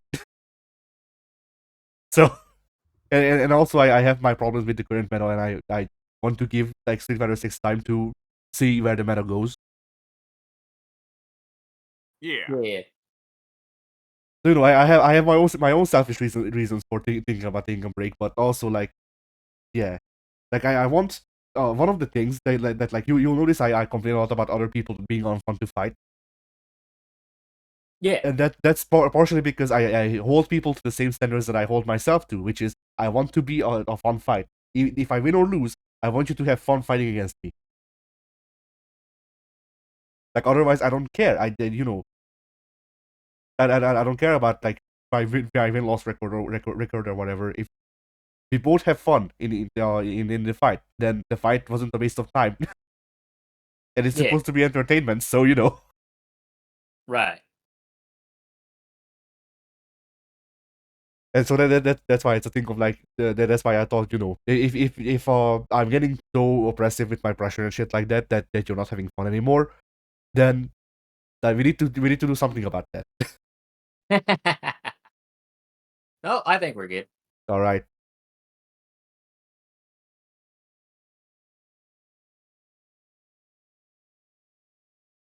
Uh,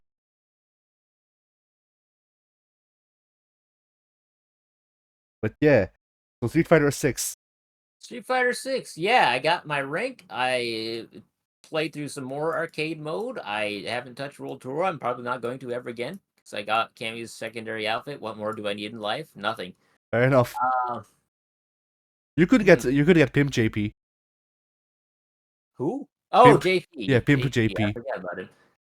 Hang on, let me throw the little condition on there that Addy's not mentioning, though. You have to beat the story.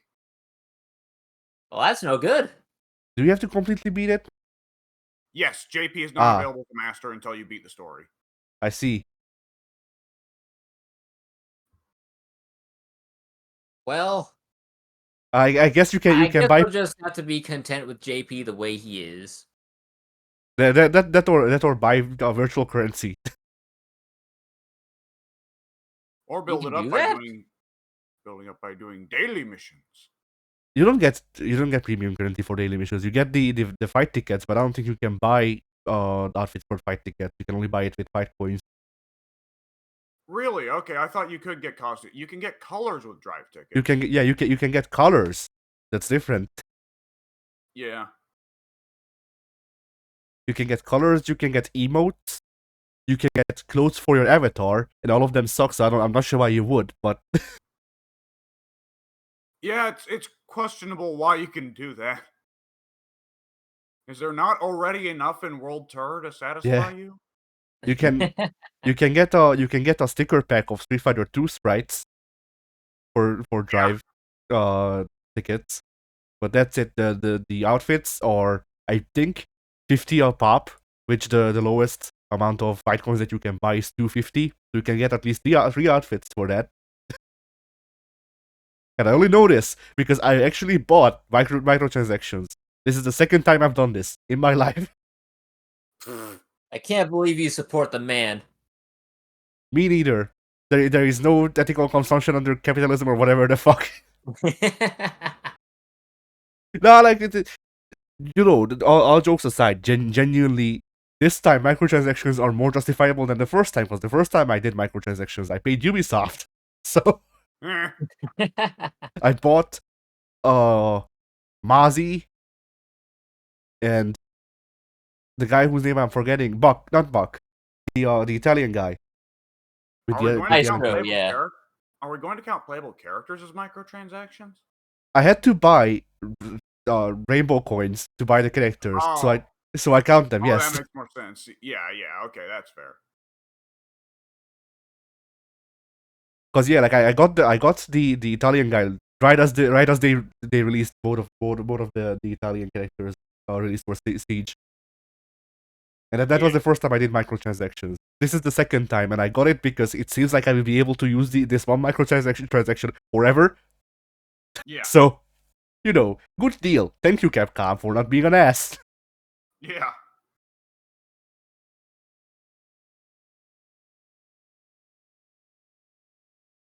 Uh, so yeah, Pink, I keep cutting you off in Street Fighter 6. Finish your Yes, thoughts. but it's fine because I think I hit everything that I had noteworthy on Street Fighter 6 to hit. I don't think there's been any other groundbreaking developments. All Just a right. standard affair. Got my rankings, played some arcade, had fun. It was good. Yeah. Speaking of Street Fighter 6, I am currently in the process of getting all of the unused outfit designs for the characters. Then we'll probably talk about them on FGA if you want to be around there for that, Pink. All right. On Moon Day. Yeah.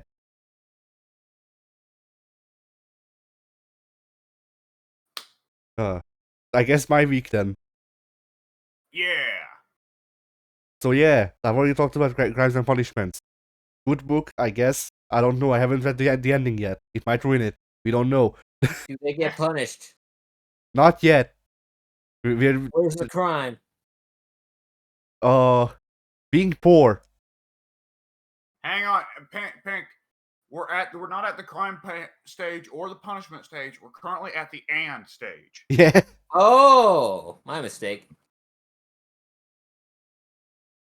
In fact, I'm right now at N. My God. Just right in the middle of the book.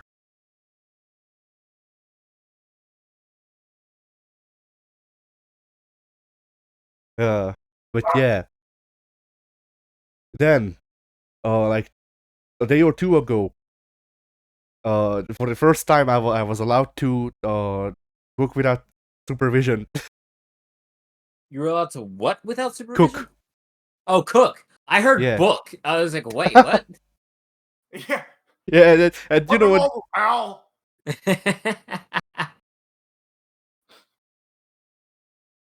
So yeah, I was allowed to All cook. right. So, Addy, Yeah. you booked Money in the Bank today? Yes. And he wasn't supervised. We have no idea how this is gonna go down. Yeah. So you see, you have all of the announced member people who participating in Money in the Bank, and also Rob Van Dam, and Yeah. He's Roman's back. Roman's gonna get speared by Goldberg. yeah, he's gonna get speared by Goldberg, and then he hit with the 450 by Gabriel. We revealed that they formed a heel tag team. Zack Ryder comes back to feud with Gabriel. Both of them heel. My God. Balor versus Rollins is going to be abruptly interrupted by Terry Funk coming in, putting them both in the spinning toe hold. But it's not Funk's normal entrance team. No, it's Juvenile Delinquent. Yeah. So suddenly, like in the middle of the Rollins Balor match, you just hear the fucking the chorus. We like to rock. We like to roll. We hate school. That's a different song, but fair. To me, that's just the dumbest one because he's in Yeah. his like 50s when he's singing that. Yeah. That I don't even remember what that song's name is, but it is the dumbest one on the album if memory serves. And I only found out like a month or so ago that song was originally. Do you know who originally made that song? Uh, Jimmy Hart. Yep, Jimothy Hart from I Memphis. Yeah, he made all of those songs. Oh God, Jimmy that makes sense. Jimmy Hart is responsible for I believe it's not Thriller. Which one is it that it rips off? Jimmy, you've done it again, you genius. Like Juvenile Delinquent rips off one of Michael Jackson's songs very explicitly. Did most of Jimmy Hart's works rip off something else that was more Yes. popular at the time? Or Almost was popular at the time, I entirely. should say? Late WCW put Jimmy Hart in charge of the music, and you will ever like. Okay, Hogan gets official Voodoo Child, but most of it is like, okay, Chris Jericho is coming out to what is absolutely a fucking ripoff of Even Flow by Pearl Jam. Oh, here comes Raven and the Flock. Oh, hey, guess what? It's totally not Come As You Are by Nirvana. Mm-hmm. Yeah. Speaking of the weird wrestling cover songs, though, this is something that I learned about recently. You know the Sandman in ECW. Yes. I tried not to. You know how he came out to Enter Sandman, but Yeah. not by Metallica. What? So, Sandman's team was Enter Sandman by Motorhead. Motorhead being compromised of fucking Lemmy and Zebrahead. Yo, what? And that cover was so good that it actually got an award. And it was supposed to be like the Zebrahead lead singer guy, who is also one of the guitarists, I think. He recalled making that cover, and he was like, "So we did this demo recording, and we sent it to Lemmy, So, and Lemmy liked it so much, the demo recording, he just recorded the singing over it, and then just shipped it." so I believe what that was in ECW, he came out to Enter Sandman. Paul Heyman obviously could not afford Enter Sandman, so he covered up with random shit on the recordings. But in live, if you saw the live footage or if you were there live, you heard Enter Sandman by Metallica play. And when Sandman came to WWE actually wanted him to come out to Enter Sandman officially. But Metallica, for those who don't know, Metallica, Nirvana, and the Beatles are the three bands in the world that are the most infamous for having sky high licensing costs. If you want to get a song of theirs in a movie, it'll cost you a fortune. My God, could you imagine how much they'd have to pay to have a wrestler come out to that theme every week? Every week. But Triple H famously was good friends with Lemmy Kilmister. He can't currently still be good friends with him, as Lemmy is unfortunately 6 feet under. That's a fact. But so at that time, the gimmick was, well, Lemmy is also a metal legend, but he's friends with someone on the roster, and he's just generally a lot cheaper, and we have a history of working with him. So we'll have Motorhead, or apparently Lemmy with Zebrahead, do a cover, and it wound up being a kind of funny situation where ordinarily this kind of thing, if they had hired somebody else to cover Inner Sandman, it would be kind of bullshit and it'd feel kind of phony, right? Yeah. But since it's Motorhead, who are also metal legends, and in fact, since they're a little bit more obscure, one could even say they're more respected than Metallica, because especially around that time, the mid 2000s, everybody thought of Metallica as sellouts. It worked out in such a way where it actually wound up being really cool that Sandman was coming out to Enter Sandman by Motorhead instead of Metallica.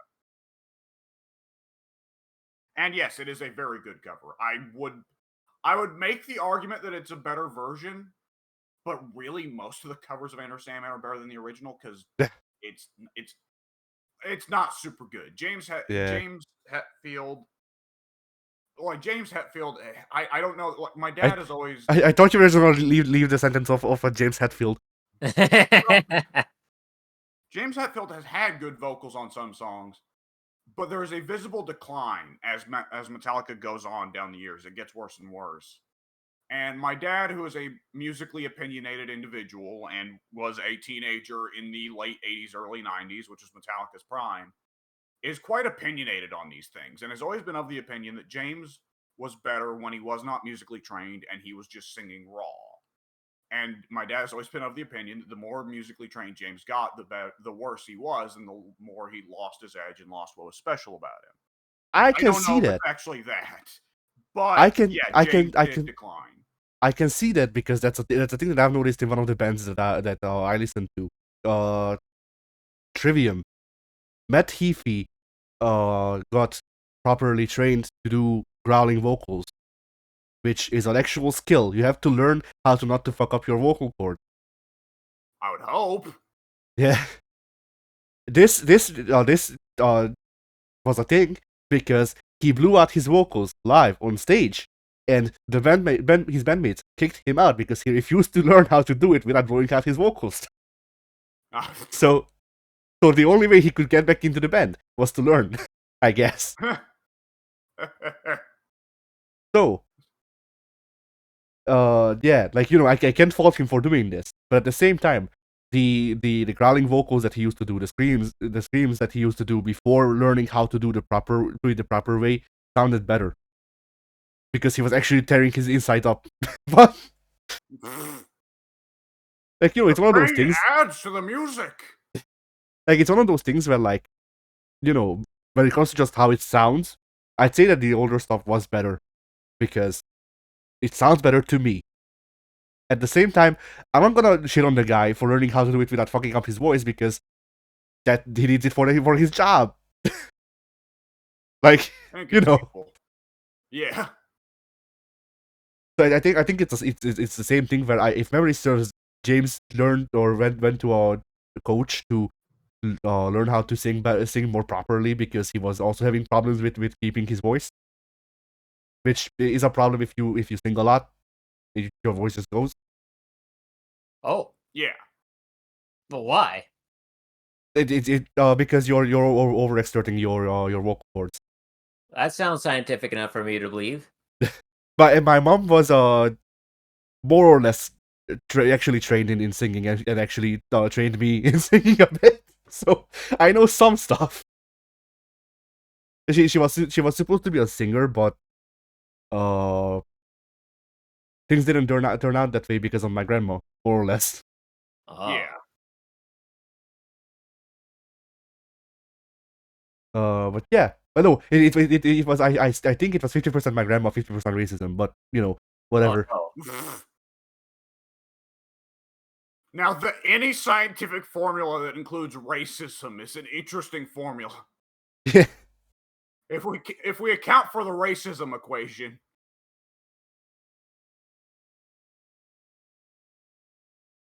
But yeah, what was I gonna say? Yeah, yeah. I just had a stupid thought of like adding the racism equation to like the Scott Steiner promo. no. When you take my 75% chance and you add the 300% racism,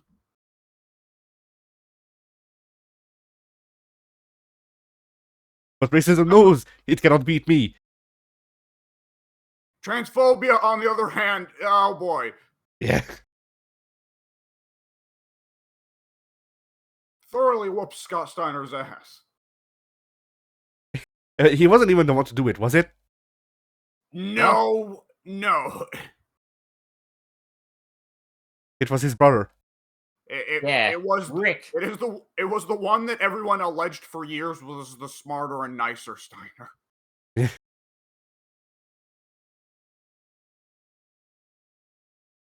Turns out Big Papa Pump was the nicer one somehow. Did you nearly call him Big Papa? Did you nearly call him Big Papa Pomp? I'm not sure anymore.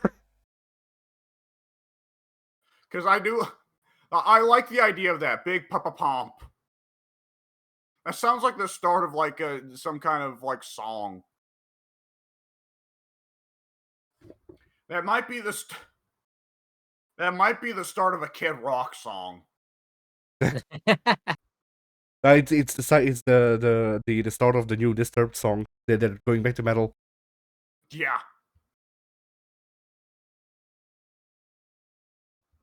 Uh, I mean, that opening could actually work in like a mixed reggae metal, like Kindred does, I guess technically. Whatever music. But yeah, like it was really wild for me. The going back to the Motorhead cover of Enter Sandman. Like the whole thing of like people for a while just said, oh yeah, Motorhead did it. And Motorhead did it because Lemmy apparently submitted the finished song, which was actually just Lemmy singing over the demo. Yeah, Apparently, good to know. yeah. Yeah. But yeah, he submitted to the song to I guess WWE or wherever that they would get it published, which is why it's called it's by Motorhead. But the other band members of Motorhead weren't in town, so WWE I guess reached out to Zebrahead to be the instrumentals, which is just, like that's such a weird crossover that only makes sense if mid 2000s WWE is doing it. Yeah.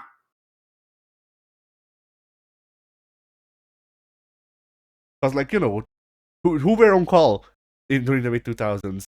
Limp Bizkit, well early 2000s I guess. Yeah, Limp There was Bizkit. something about the way you said Limp Biscuit that made me like internally laugh way too much. Limp Biscuit. Like they had Limp Bizkit on call. They had Like it almost kind Rob of reminded me Zombie. of the lady saying LeBron James. Rob Zombie for a while, but not for long. Disturbed for that one song. Yeah. Remember Disturbed? Zebrahead. Oh, Zebrahead was around yeah. for a while. I was about to say, man, it was wild back then. They would get actually relevant musical stars to make songs just for the wrestlers. That occurred to me literally just yesterday. One of the top rappers of the modern era just made a song for Shinsuke. So, Who? Lil Uzi Vert. Ah, Don't be Yeah, silly, don't Alex. get too Nobody knows who excited, that Chief. is.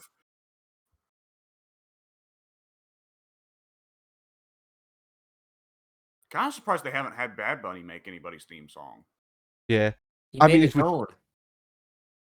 Because he's a mark.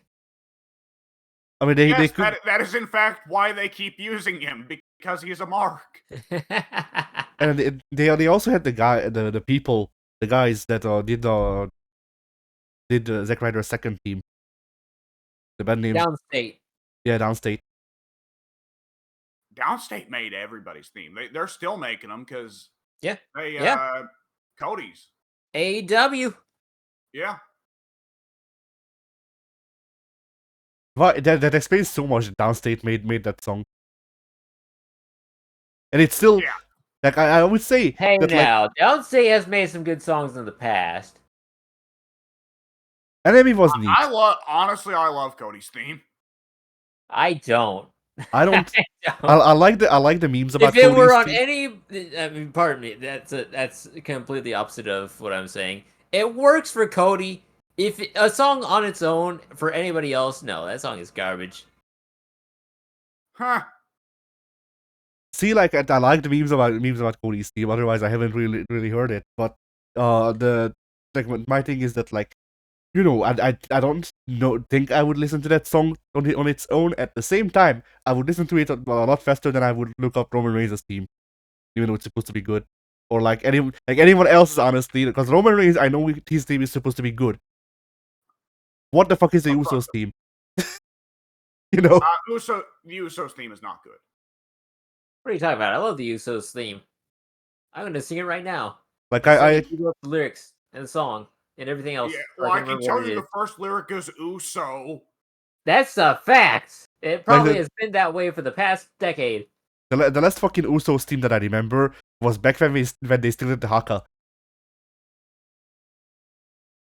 I could not tell you what the Usos theme back. Here's the thing: I can't tell you what their current theme is. I couldn't tell you what their previous theme was when they were doing the Haka back in the day. Yeah, That's not happening. Their theme now is definitely just Uso, and then it just drops a beat.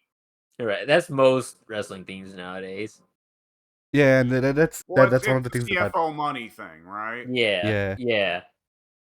Yeah, Which, and to be fair, CFO Money, every 25 songs they make, there's usually a banger in there somewhere. Just really hard to find. yeah, this is another one of those things where, like, I complain about the themes because they matter to me. Like, they're a part of building up the character to me. Obviously, it's a cost saving measure, but I just disagree with it. Right? Well, CFO Money, I honestly think they probably think he's good. Wow, like CFO Money, like they need someone I just else. assume that they have CFO Money locked in their basement. They just have them turn out themes on their But no, head. that's the thing though. It's not even CFO Money because CFO Money disbanded. Remember? It's the No, new guy. I don't know this. I'm not aware of this. CFO Money was two people somehow. That's not a lot of money. But yeah, it was two people, and there was some problem with their publisher, their external publisher away from WWE, and they Well, disbanded that's not because surprising. Def Rebel. they disbanded because they Def couldn't work with. Rebel. Def Rebel is the Oh one yeah, that Def currently Rebel. does most of the music, Yeah, and I yeah. I like Def Rebel stuff better than CFO Money's. I don't know how much of CFO Money is still in Def Rebel. Right. I mean, that's I the stuff think I've heard. Def Rebel is responsible for Rhea Ripley's current theme, so they're all right in my book. The stuff from Uh, the stuff I've heard from Rhea's Def Rebel current makes theme was by an actual musical artist. Well, ah yes, but I'm pretty sure Def Rebel made the base for it. Or the foundation for it. But I'm happy to blame Motionless in White for all of it in its entirety. Like yeah, Stanley and Motionless in Spider-Man, White. let's just handle it that way. Yeah, you I should probably look up the Devil May Cry soundtracks at some point, Pink. I have. I don't think I ever told anybody previously, but a couple months ago, actually, I did look into the Devil May Cry soundtrack, and it is good. did you like Bloody My Cum or whatever? There's a very saucily named song on the soundtrack. One of them. Oh, okay. No, it's not that. Good lord. No, Devil May Cry 1's soundtrack has a song that you can tell was supposed to be called Public Enemy, but the original Yeah. release and every re-release afterwards has accidentally left out the L, so it's Pubic Enemy. Not think I'm ashamed. Or no, actually, the other way around. You thought it was the dick jiggle. No. Yeah. Uh, But like I would say the only one out of the Devil May Cry soundtracks that doesn't have more than one song I really enjoy on it is Devil May Cry 2, which is not a shock. this 2 is That the game's worst one. generally not good. But yeah, like my thing is that, like, Jim didn't have a lot of like Jim didn't always have bangers either, but he had a better ratio than the newer guys. If the newer guys have to stick around, which they seem to have to, I feel like they need someone to filter them. So it's like, all right, make me 100 songs, and I will take the four that are actually good, and we'll use those. I will say I know you were just earlier smartassing like, oh yeah, Roman Reigns theme, but Roman Reigns theme to me is a good example of a modern theme that I think is really good, and is showing that Def Rebel can make some iconic ones. However, I will also say that Def Rebel was the one who fucked up Rebel Heart, which is a Yeah, that's true. That's true. because like the male vocalist version of Rebel Heart sucks. And I know Gog disagrees with me. He can continue disagreeing with me. He can continue being wrong. I mean, the thing with Roman Reigns' team is that I heard the one that's in 2K22. I don't know if that's the team that Def Rebel made. That team wasn't anything special. It was like every other team in the game, which is to say, very forgettable. If Roman has a different team, that it might be good. I don't know, but Pink, how recently did he introduce the Dark Souls boss theme song? It would have been when he started the I want to say it was when he started the feud with Jimmy. Pardon me, Jay.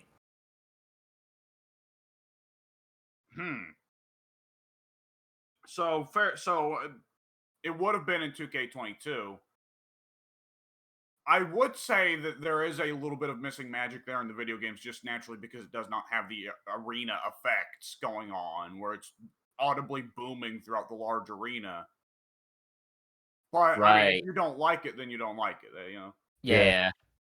I mean, it's also a thing that the Dark Souls soundtrack does nothing for me. It's just orchestra, cool. Oh, now you've gone too far, motherfucker.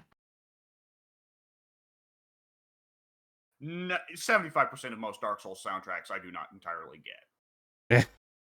Every soundtrack has a few off of them that I consider to be bangers, but well, Demon Souls, no, Demon Souls has some winners. I mean, my thing with Elden orchestral, Ring, I thought was a disappointment soundtrack wise, though. I mean, my thing with orchestral soundtracks just overall is that they can be very hard to differentiate because for every very like very very outstanding movement, every like very memorable part of a piece, for every one of those, there's 100 other entire pieces where nothing happens or it's all just ambient fucking noise.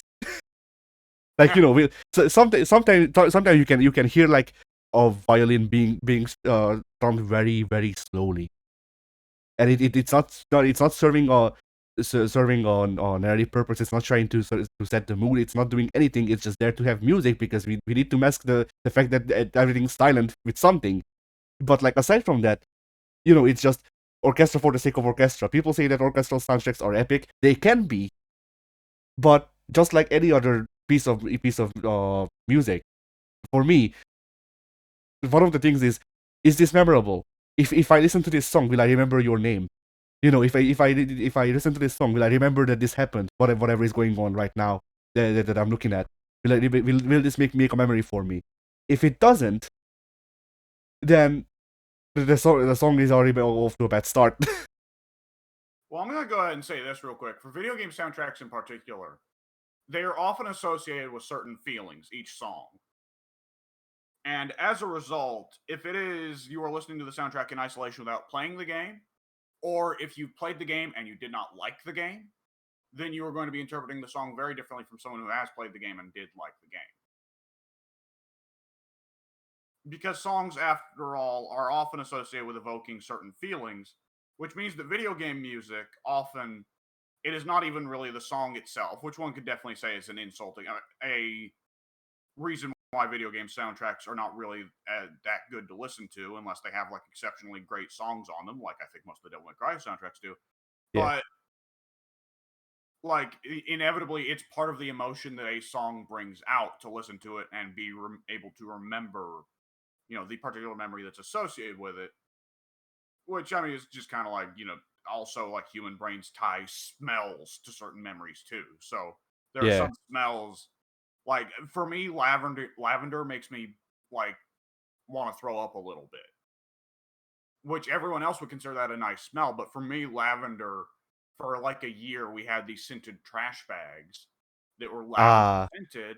And so when I smell lavender, I think garbage. Yeah, because you did the conditioning on yourself by accident. Right. You weren't ready for the trashes mix up. Along similar lines, there was one time where I drank I was sick, so my mom made a like carrot smoothie because it was supposed to be like healthy and because it was a smoothie, it was supposed to be easy to go down. Yeah. However, because I was sick, I wound up throwing it all right back up. And still to this day, I think carrot is one of the most disgusting tastes, if not the most disgusting taste, because it makes me think I'm throwing up. Yeah. And it's the one veggie that I just can't do. Yeah. I mean, when it comes to video game soundtracks specifically, I mean, the critiquing soundtracks on their lonesome it is also a different thing. Because, like, for a video game soundtrack, if you want to critique it, once again, depends on context. If we're talking about the game as a whole, then it's fine to just critique it as a part of the game. Does it serve its purpose as with setting the mood and stuff like that? If we're talking about the songs themselves, then I start to think about, okay, would I listen to this? If I listen to this outside of the game, would it still work? And sometimes I do this. Like, for example, Tengoku Basara. Tengoku Basara for Sumeragi's soundtrack is fine for the game. I listen to the soundtrack outside of the game. It's the most generic, just nothing music. It's there to fill time because otherwise you're just listening to people going ah, and that's its purpose. It's there to fill time. It's there to set a bit of mood. Give you a bit of an idea of what the stage is about. But otherwise, it's just there to be noise. Yeah. And that's a game that I like. Heh. So like me saying that I don't like the Dark Souls soundtracks is just like I don't have whatchamacallit, like I don't have good prior experiences with orchestral soundtracks because once again they either are ambient music for lack of a better term or just forgettable. And maybe Dark Souls has pieces that are better than that. I don't know because I haven't heard them all. But just going off of the stuff that I have heard and my previous experiences with orchestral soundtracks, I don't think that it will be for me. But we'll see. Yeah.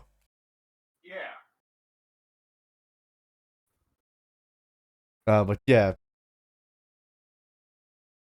and with wrestling teams, like I keep memeing about Durango '95. I don't actually remember what the name of the song is. Red Groovy. Never gonna That one. stop.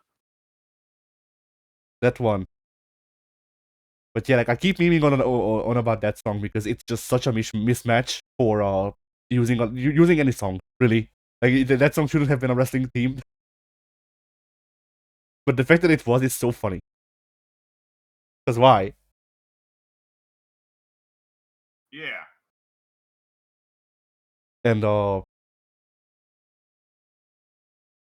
yeah, like that is part of it. Like there were missteps like that during the earlier days where there were teams, but for like every one of those mistakes, yes, for every retaped SmackDown, Yeah. you had a finger 11 doing Kane's team. Yeah. Finger 11 is awesome. Yeah. Yeah. Or like I know that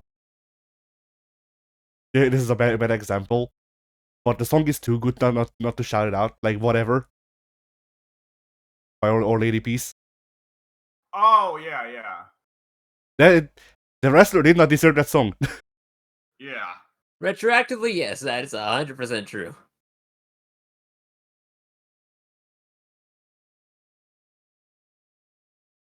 But yeah, like basically, I just want my wrestling teams to be good wrestling teams, and the current stuff doesn't feel like good wrestling teams because all of them feel the same. Yeah. So what were we talking about? That's a good question. I believe that we've probably hit your week. All right. So yeah. Oh yeah. I cooked for the first time. I made curry with karage. Karage is just like braided, I think is the term. Chicken breast. Well, in this case, it refers to braiding stuff, but whatever, it can be used for that too. So I'll use it for that. It's how shit's sold on the streets in Japan. So yeah, curry with karage is a thing that people eat. I think I have heard of it. It is specifically a Japanese thing to do, but I saw whatchamacallit, Japanese breadcrumbs in the shop, and it was at the same price as normal breadcrumbs. So I went, hey, that's neat. And then my mom went, let's buy that. Yeah. And then yeah, she wanted to eat curry because she ate Japanese curry specifically recently. Japanese curry flavored noodles, whatever. And she really liked that, so she wanted to see if we can make it at home. Not from that curry powder because it was a different style of curry. It was actual like it was probably actual Indian curry instead of Japanese curry. And there's a difference. Yeah. So yeah, legit the first time I've done a lot of things. The first time I've actually cooked rice, which we don't have a rice cooker or anything, I had to do it the old way. Because that's the only way I know. Yeah. The curry made everyone sick, but the karage was good. Oh Jesus. The curry didn't actually make everyone sick, but it did make, I believe, my mom and one of my sisters sick because of the spices. They weren't used to the spices, and it was a problem. Ah. Otherwise, they said that it was fine, which I don't believe, because there were blunders. I mean, I cooked for the first time. But yeah, the karage turned out very good. I mean, it's hard to fuck up just, you know, cooked chicken breast. No, it's very easy to fuck that up. Oh. Alright, color me surprised, I guess. I've But had yeah. plenty of fucked up chicken breast in my time. But yeah, everyone liked that. It was good. Yes. Nice. Yeah. So if I'm making curry next time, I'm doing it by hand, which is to say that I will cook it for an entire day. That's actually how you're supposed to do it. Oh. Because the difference is with the whatchamacallit, the dust curry, the curry dust that we had, like that was just a thing of like you throw it on and it's just curry, and it didn't work out for a couple of reasons, but I just didn't like their choice of spices. Which curry is one of those dishes where like technically there's a baseline of whatever spices you're supposed to put in, but past that you can just add in whatever the fuck you want. Yeah. And so yeah, and I already know that apples, if family serves, gave curry the sort of sweet taste that my mom liked in the Japanese one. So I literally, if I have to make curry again, I will literally have to make curry the normal way, just having actually buying the spices and just pretty much baking an entire apple into it, so it will actually taste right. So Yeah. that's gonna be an adventure. But yeah, that's my cooking adventure. Very All nice. right. And everyone was surprised that I didn't fucking die. And also that I didn't poison them. That was quite nice, yes. It's very nice of you.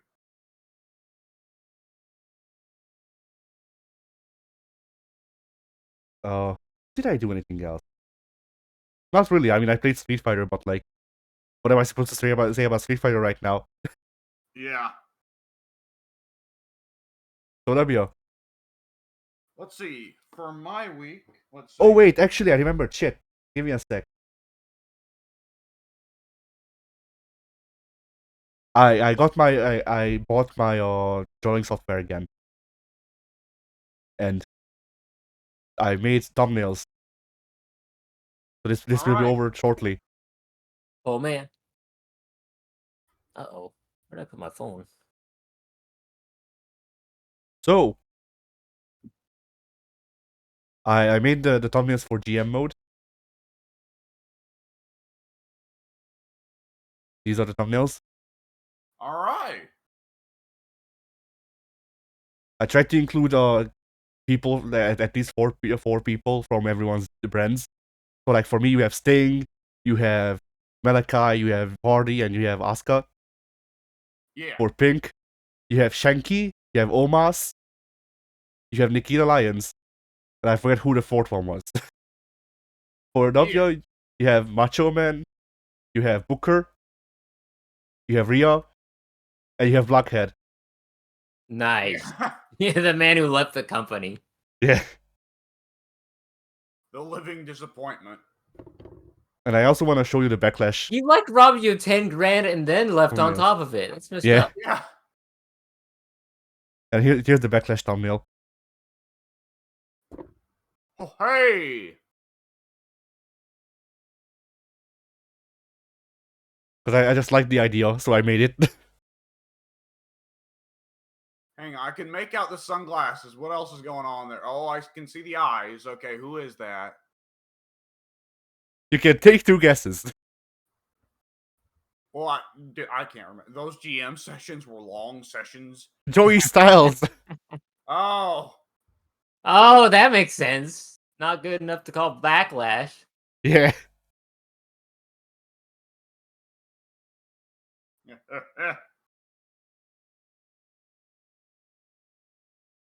Uh, but yeah, I tried to find the 2K23 renders for everyone. I couldn't, as you can as you can tell. No matter how hard I looked, there was no renders of Tyler Breeze uploaded in a suit. Unbelievable.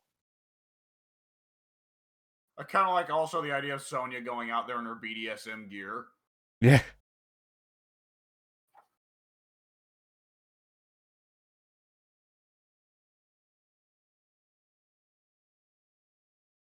But yeah, so that's all I've done. Now you can actually continue with your week now. Okay, let's see.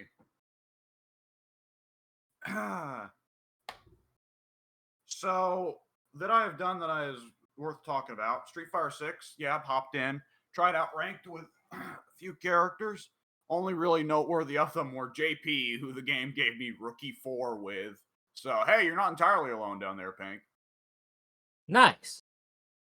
And Lily, who the game gave me Silver 1 with, which is awkward because my Geef is at Bronze 4, and I did at one point get him up to Bronze 5, but then I deranked. Well, why'd you do a silly thing like that? You know, I'll make up some excuses. Hang on, give me a second. So anyways, Lily Lily is really funny because Pink, you weren't there for this. But last night, before I hopped into ranked with Lily, Addie and I played 20 games of Lily versus DJ, and I won 2. Oh. Which I did hop into practice mode with her, and I did check out the character guide for her, and I did see, oh, I was playing this character entirely differently. Entirely wrong. Because apparently that whole thing where she can build up wind, turns out that's actually important. Oh. Yeah. I figured you knew and just ignored it. I knew that it threw extra hits and a little bit of damage on, but I honestly figured it was just that. I figured And you were just a T-Hawk purist. No, I was sitting there like, well, Addy doesn't like drive impact, so I don't need extra hits on my moves that much. I was not aware. Oh, the wind makes all of her shit safe, and also makes it so that if she does EX Condor, it goes through fireballs, which is really important to know. By the way, while I was messing around with Lily in there, I found out something funny. So ordinarily, when Lily does her moves, she doesn't say the names of the moves. She just says stuff like, go forth. But if you have both wind and EX on any of her moves, she will actually shout the moves like T-Hawk used to. Ah. So you don't quite get the kind of annoying thing when you'd be playing as T-Hawk or against T-Hawk, where it would be constantly Condor Spire, Tomahawk Buster, Condor Spire, Condor Dive. And it's like, T-Hawk, shut the fuck up, man. Yeah. T-Hawk versus Gallon. Oh, good lord. For most Yeah, most annoying person to play against. Uh-huh. Put in Athena too. Yeah, uh-huh. Like, Pink never got to see John Talbane very much. As a matter of fact, I don't think he got to see John Talbane at all. You played John Talbane before Pink got there, right? I played John Talbane before Pink got there because I don't want Pink to face my John Talbane, and you went, Pink shouldn't face your John Talbane, and we said, okay. So, John Talbane is the werewolf in Darkstalkers. In Japan, he's called Galon, which is why Addy calls him Galon. I call him whichever name I remember at the moment. So John Talbane, his whole thing is he has like a little dash through the air. Okay, you remember what Hulk can do in Marvel? Yeah. You remember Gamma Charge? Yeah. And you remember how anytime Hulk does Gamma Charge, he can then do another Gamma Charge in any direction, right? Yeah. Imagine if Hulk could do that like 3 or 4 or 5 times instead. And he doesn't say Gamma Charge, one more. He instead just howls every single time he does it. So that just sounds awesome. John Talbot, it is actually really funny every time it happens, but nonetheless, when you play against John Talbot or play as John Talbot, it means you're hearing a lot of "Woo, woo, woo, woo." Yeah, and W was having a bad time too with my John Talbot because my John Talbot is all around all based around doing that, just constantly going in and out with that. So you're not hearing anything aside from House. That's the entire match. Would I have been playing Victor in that? Maybe either Victor or Dimitri. Because Dimitri would be a surprise. Because it would probably be in those situations the answer just becomes, okay, just start mashing DP. Yeah. Anyways, yeah, there we go. So there's the fighting game talk for this. The other thing I did this week that is worth talking about.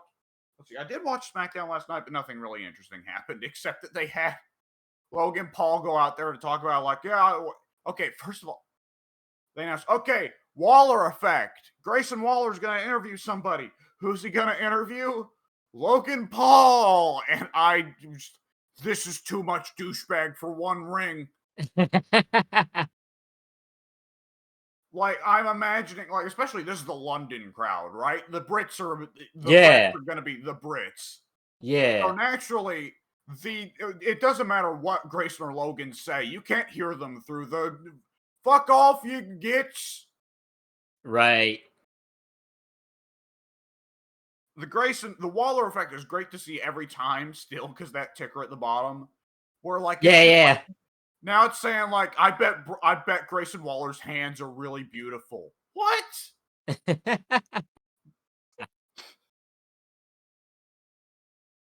Oh man.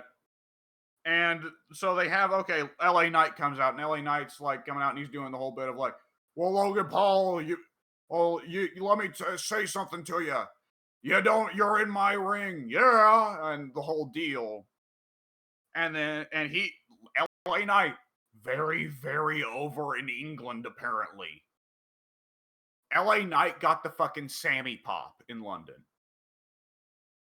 So it's going to be an interesting Money in the Bank today. Oh, yeah. And then Santos of course, LA Knight is over in England. The LA Knight stands for London Avenger. Yeah. He's been knighted. That's why he's called that. Yeah. Just makes sense. He's going to win the Money in the Bank briefcase tomorrow for the honor of Lizzie II. They called her out. Yeah. He's gonna cash in on Charles. Yeah. Anyways, yeah. Santos comes out there, and I'm thinking like, oh god, are we gonna bring out all the Money in the Bank competitors? Are we gonna do that shit? Santos comes out. For one thing, Santos comes out speaking Spanish, which it was a surprise. But surprisingly, in London, yeah, surprisingly big pop from London for Santos. Though, just non-American crowds just seem to always be good, no matter what. Granted, yeah, but like, and even then, like, if you go far to the West Coast or far to the East Coast in America, American crowds are good. It's the Midwest that's the problem. Yep. But yeah, big pop for Santos. Santos comes out wearing a LWO shirt, but this time it says London World Order. And the Mexican flag background has been replaced by a Union Jack background. Disgusting. Is Santos now supposed to be honorary Brit? Like, of course. Yeah, he adapted the Regal stretch as a finish. Yeah. Like, the same way, I guess, he got to be honorary Puerto Rican in Backlash. Yeah. Santos changes ethnicity at will. But Santos doesn't say anything of note. But here's why I'm bringing this segment up. Because this shit makes me so happy every time. The Brawling Brutes theme hits. The bagpipes are going nuts. They're going ham on the bagpipes. The Brits let off a big pop. Because Pete Dunne is here. And Pete Dunne doesn't give a shit. He doesn't have a mic. He just sprints to the ring, slides into the ring, sprints past Grayson and LA Knight and Santos. He doesn't look like he even sees them. He just immediately like LA Knight, Logan Paul probably looked down at his hand and noticed that he had like the Kingdom Hearts fucking target lock on him. Butch, Pete, whoever you want to call him, just entirely ignores everything going on there and immediately slides in the ring. And Logan does not look like he is ready at all. He's just sitting on a stool enjoying himself. And Pete just comes in and wham, nails him with a fucking Masawa forearm to the head. And apparently Logan does not know how to properly do the bump out of the ring bit. Because while he does get tackled out of the ring by Pete, who then starts like spearing him onto the announcer's table and just beating the fuck out of him, you can see later on that Logan apparently got bad rope burn all over both of his arms. Oh, yeah? So I guess he didn't know how to take that bump. What I thought was just hilarious. Like, they've been, like, the way they've implemented Logan so far into the Money in the Bank thing has been Ricochet, they're kind of pointing at the sign because everybody's like, okay, when are we going to get Logan Paul versus Ricochet? When are we going to get the match where these two can just do whatever stupid spots they want and it'll be quarantined off from the rest of the roster? Yeah. And LA Knight, they have come out and cut promos on Logan Paul of like, hey, what are you doing, you stupid YouTube boy? This is wrestling, you dumb douchebag. And it gets pops every time because it's LA Knight. But the bizarre, like, they're not even having Logan go out there the week after and go like, all right, you listen here, you little shitty butch asshole. It's just every week, if Logan shows up, like Pete Dunne just materializes. Like, I'm almost expecting, Addy, do you know what I am almost expecting to happen? What? I am almost expecting the next singles match that Logan has, the match starts, or no. What happens is the opponent beats Logan, then Logan gets right back up, but then you hear a zoom as Pete Dunne just Ashura Sankus into frame and Raging Demons Logan. The lights go out in the arena. And eventually, Pete Dunne turns around and he's got a symbol on his back. But it wouldn't be destruction. It wouldn't be Masatsu. What would it be? Where is he from? He's from England. The symbol of fish and chips just appears on his back. The face of King Charles. Yeah.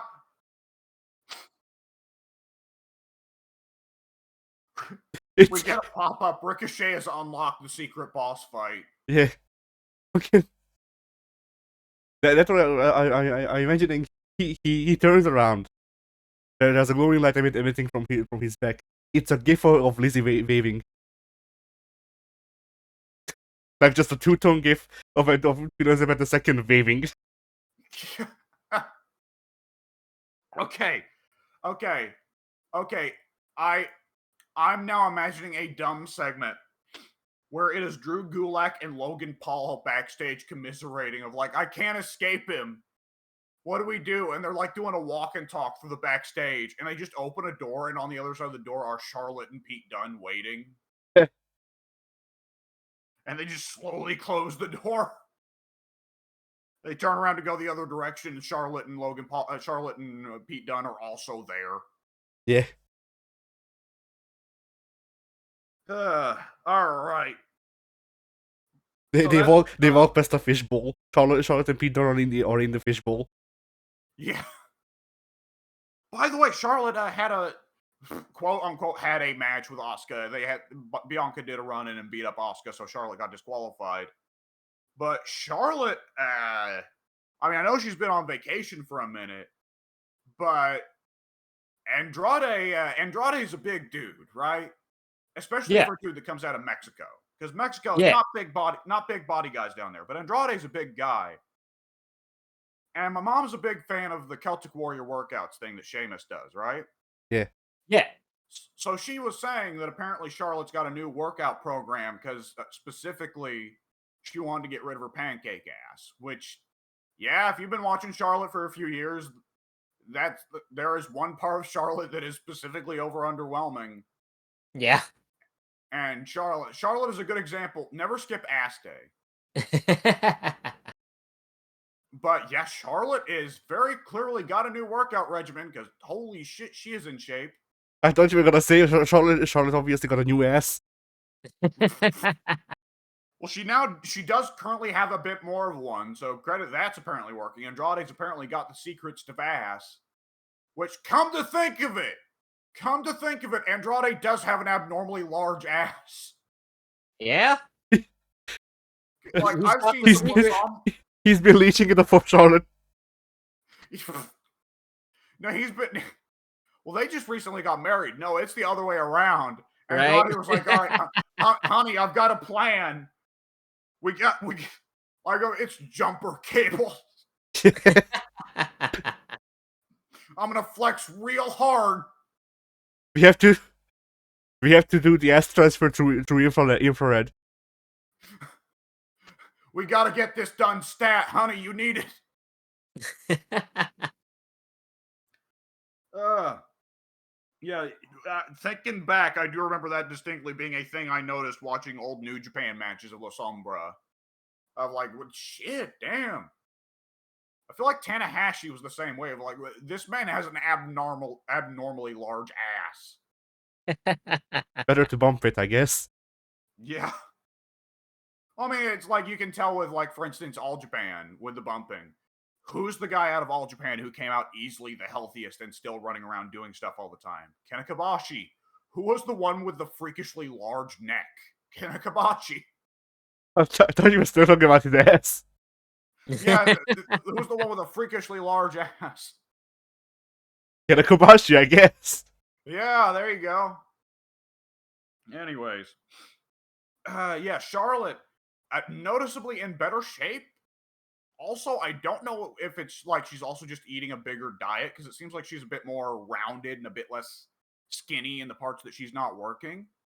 But she needs to keep doing that because the little bit of extra fat on her face covers up the horrendous plastic surgery work. Good lord! It covers up the Ric Flair. Like who do we send to deal with Charlotte's plastic surgeon and Natty's plastic surgeon while we're at it? They both need to go. What if they share one? That would explain a lot. If they do share one, yes, that would explain a lot, and that would make our lives much easier because that's a simple hit to do. Yeah. 2 birds, 1 stone.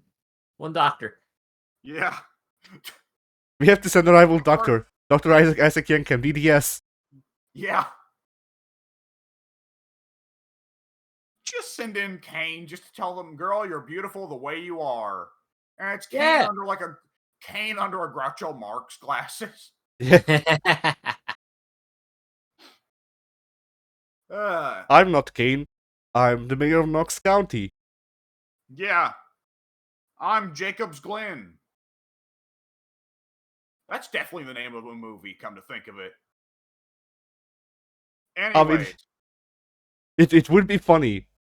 It would be dictatorial, but it would be funny if he named the place that in Knox County. Anyways. Imagine the headlines. Glenn Jacobs reveals Jacob's Glen. Anyways. Yeah, that's about the extent of what I can think of to say about wrestling. We have also continued to watch The Wire. The Wire continues to be quite good. Is it still wiry? There is much wire to be had here. Oh, man. What kinds of wire? Wiretapping. What gauge? How much impedance? 12. I see. Give me a second. Sudden bout of the hiccups came on. Okay, anyways. So yes, we have hit the point in The Wire where it is said to pick up. As The Wire, like I said, a little bit slow goings. A bit intensely detailed as cop shows go. Largely because it was written by an actual ex-cop who left and switched to becoming a writer because he was disgusted with how the police system works. And yeah, there is definitely very suddenly a point where shit goes down. Which I guess is kind of how you want things to go in a show. Slow build up. Oh, fuck. Right? Yeah. But yeah, still very, very well put together show. Very interesting characters. Good acting. Things go in directions you do not expect. There are characters that live to be stereotypes, but then will have extra dimensions added to them with time. And so far, everything I've heard about the show has been accurate. Like, coming very close to the end of season 1. There's only 2 episodes left, I think. Like, the thing that is very distinctly accurate is, very distinctly, the depiction of, there are sympathetic figures on both sides. There are some fucking scumbags on both sides. Like, okay, there is a scene where they are tearing up the main drug house of the Barksdale gang, the gang that they are trying to take down. And the 2 cops that are the big fans of the police brutality, who I mentioned last week as being pretty well the participants in every stupid thing the department does, Yeah. if not the originators of every stupid thing the department does. At one point in the scene where they're having the SWAT team and the narcotics team go into the drug house, and they're showing the scenes of them tearing apart the furniture and all tearing open the walls and shit to try and figure out where they're hiding the drugs. They show at one point those 2 are in a room and they pull a mattress off of a box spring, and there's a big stash of cash, right? Yeah. And you see them, they get out the bags, the evidence bags, and they put some wads of cash in there. Then they start doing like, all right, one for you, one for me, one for you, one for me. And I was like, oh, motherfucker. And like, no one else is in the room to see him doing it or to tell him to stop. And it's like, fuck. Yeah, that checks out with corruption, yes. Yeah. And the depiction of one thing in particular is brutal. The depiction of internal politics in the police. I mentioned this last week that one of the characters is a character who really gives a shit about trying to get the criminals and protect people at the cost of internal politics. Yeah. And with him, they make it clear, oh, hey, Jimmy, you got to be careful, brother. If you fuck up real bad, they're going to send you to be a Marine cop. And it's emphasized, it does not matter how bad you fuck up as a cop. The worst thing that will happen to you is they just send you to one of the departments that sucks to work in, but you can't be fired. Like, there are 2 cops they put in the team on The Wire. Specifically, their entire thing is there are 2 cops who are in their 60s, who are both quite large gentlemen, that are referred to as humps. Humps apparently being the police terminology for cops that are fucking useless because they are either stupid or lazy or corrupt. And one of the 2, specifically during a crackdown on a drug running, intentionally pisses off one of the criminals so that they punch him in the face. And he falls over. He then claims to the police that he broke his arm falling over. And because he's in his 60s and he broke his arm doing police work, he gets to retire with a pension and proudly proclaims that he's going to move over to Pennsylvania and open up a porn shop with his brother. And he then advises his other old, fat, useless cop buddy, dude, hey, we got a set of stairs in the department. No one uses them, but they're a real steep set of stairs that there can sometimes be a little bit of water on. You get what I'm putting down here? Mm. And I don't every know, other man. episode, I don't know, man. and every other episode, they cut to that cop sitting at the top of the staircase and looking at it like,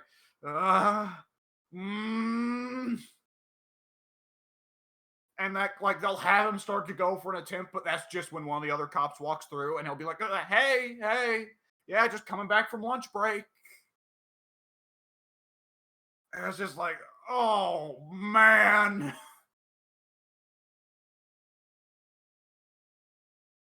Oh, and the interdepartmental politics, especially for like the commissioner. Like the commissioner coming down and saying, like, hey, how's the operation going?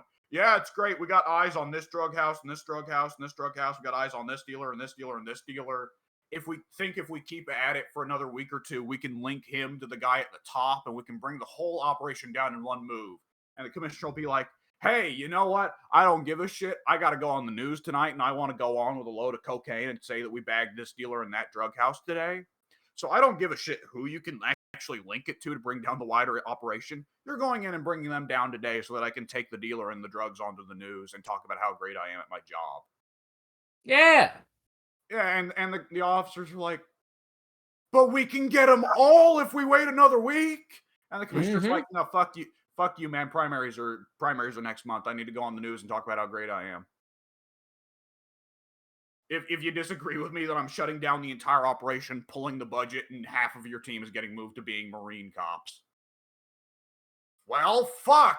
Uh-huh. Or, okay, so we've got a murder here that's over drugs. Also, maybe one of these guys is tied to terrorism, and this is 2002.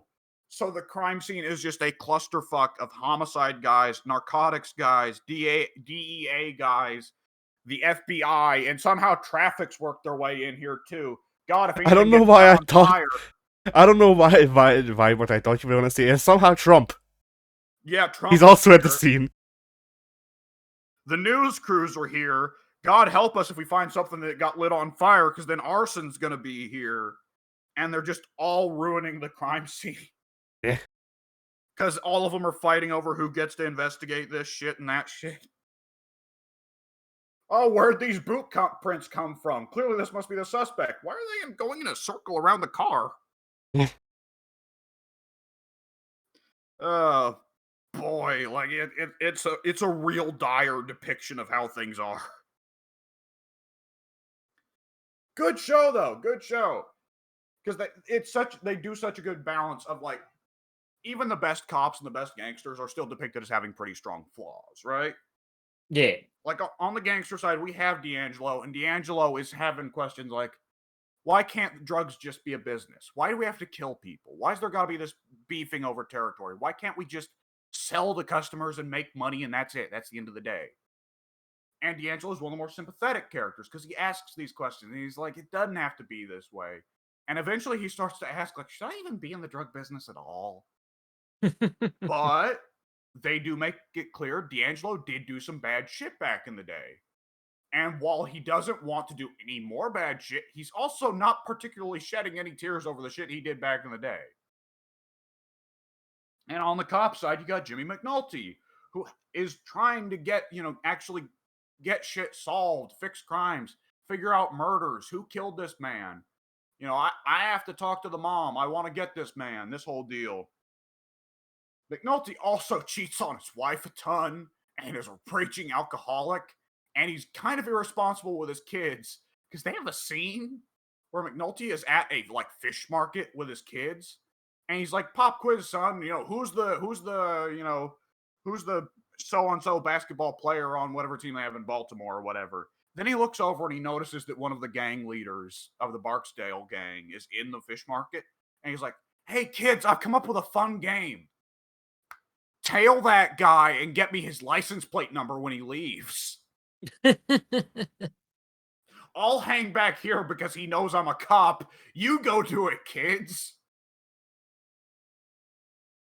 Messed and up. it's like, yeah, it's like, wow, Jimmy, like there's dedication to your job, and then there's this. Oh boy. Anyways, yeah, that's a good fucking show. And that is the extent of what I did with my week. We have 13 minutes until Money in the Bank starts. So quick, let's hit some. Let's pull up the card and let's hit some predictions real quick, or let's hit some just talks about what we think the card's going to look like. I mean, obviously, since I booked it, Rob Van Dam is going over in the Money in the Bank match. That is true. And he's from Noah, so that means it's going to be an invasion arc, right? Yes.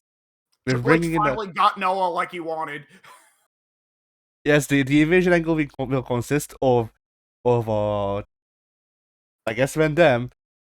He's in all of the invasion angles. Yeah. Fucking Muda, who just retired, but whatever. Fist King. Tajiri, who? What? Fist King. Yeah, Fist King. And then we'll just pretend that Tajiri was working for Noah.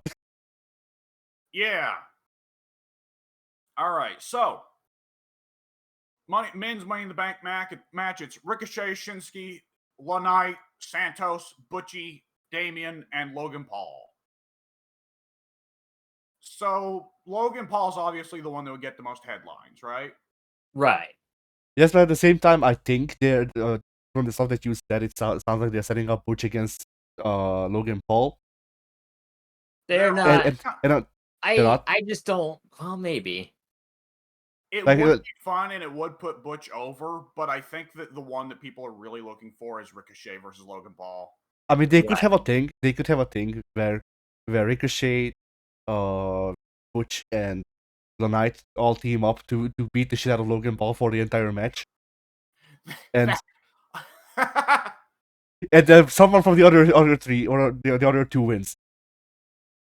Do the spot from last year's Men's Money in the Bank where they buried Omos under all the ladders, except this year it's Logan. Yeah. See, that's what has me skeptical. Well, I don't know if skeptical is the right word. Like Logan Paul versus Butch is not a marquee matchup.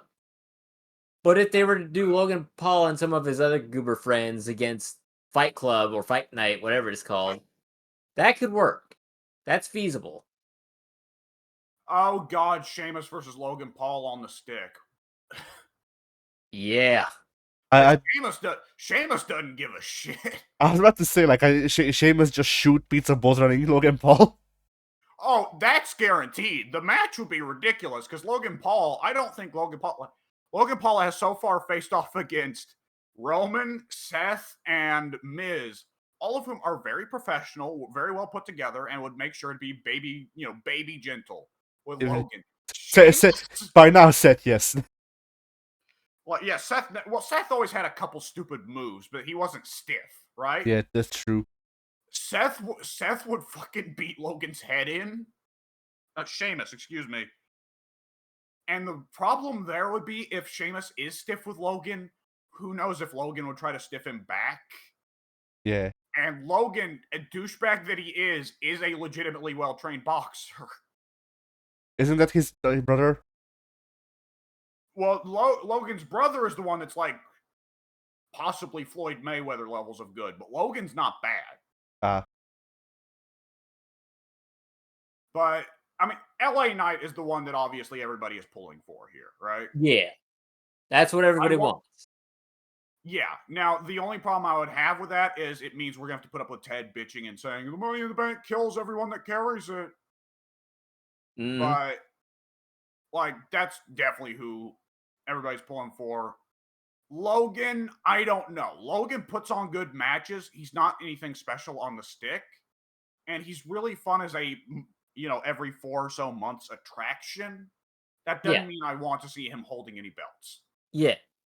I want Logan to be buried out of this company. Well, that is a reason to put him against Sheamus, because Sheamus might just bury him with his fists. Sheamus and Logan Paul in a buried alive match. No, just Sheamus against Logan Paul in a buried period match. Yeah. Whichever can kill the other one faster wins. So we got women's Money in the Bank, which is Zelina Vega, Becky Lynch, Zoe Stark, Bayley, Io Shirai, Io Sky, whatever you want to call her, Trish Stratus. Again, the obvious pull is Io Shirai because she just had that phenomenal showing against Bianca a month ago. Yep. However, well, that was 2 months ago, wasn't it? But anyways, however, there is, of course, still the distinct chance they throw it on Becky because whatever, Becky's always a safe bet. Or Trish, because hey, Trish is a legend. It'll get headlines. Right. So that one's, I think, a little bit of a toss-up. Zelina Vega, I think, is the one that's guaranteed not to get it out of that lineup. Oh yeah, Zelina's there to jump off a ladder once or twice, and that's about it. Yeah. Plus, I she's think I flexible, said so they can like put her in a Boston Crab around the ladder. It's fine.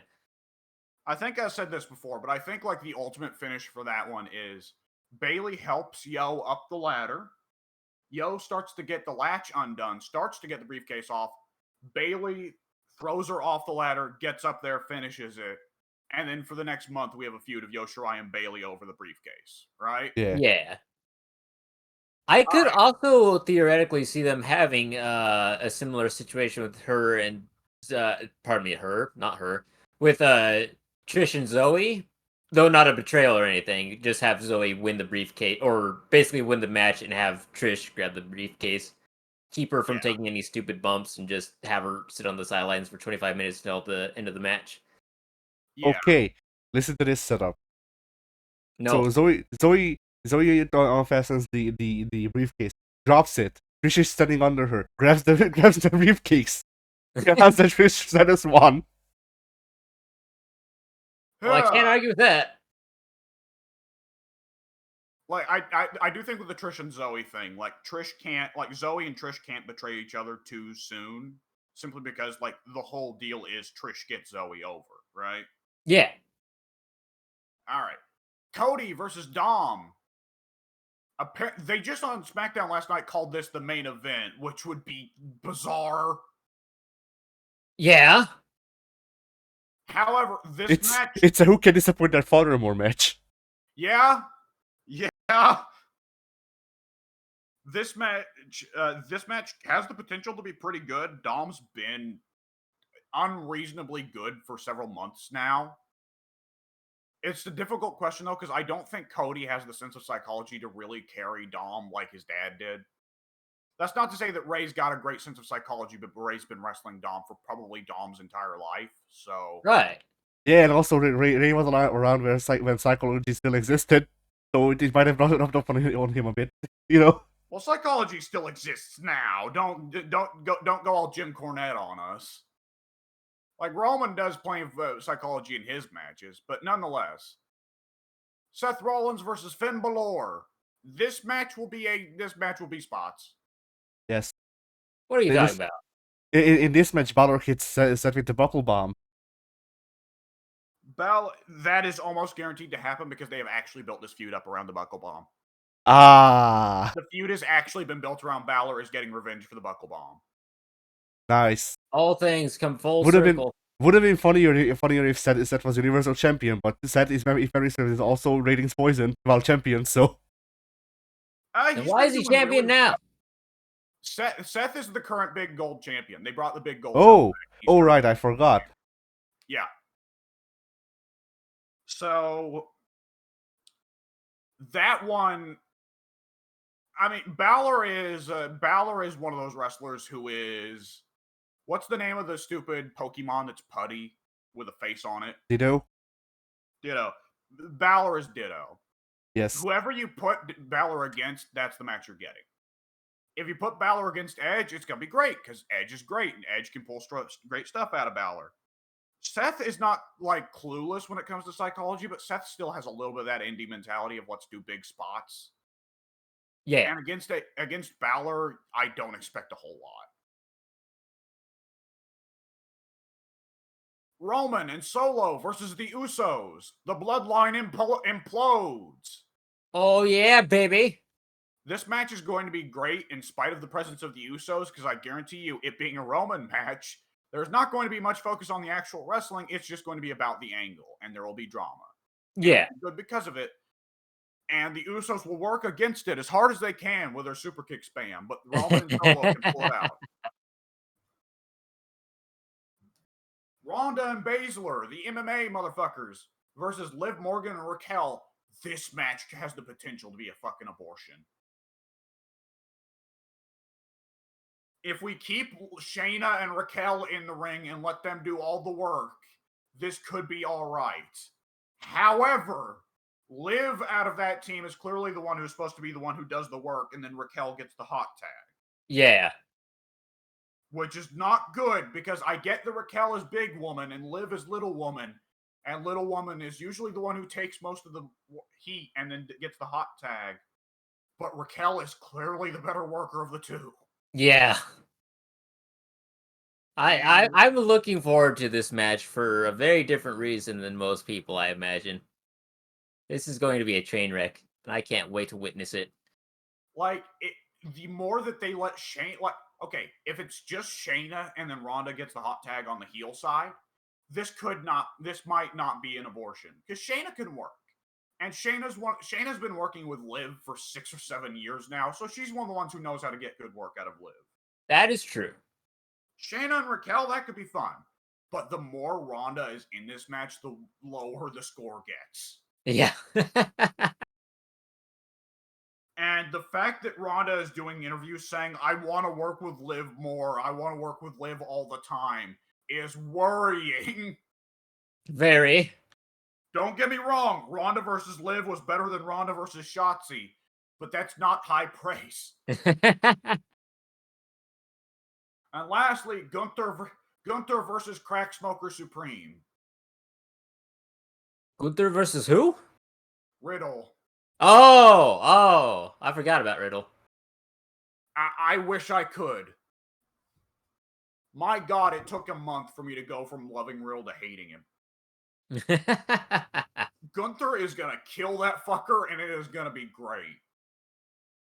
See, I never liked Riddle. I don't have problems like this. I just saw that he didn't wear shoes, and I went, I hate this guy. And I was right.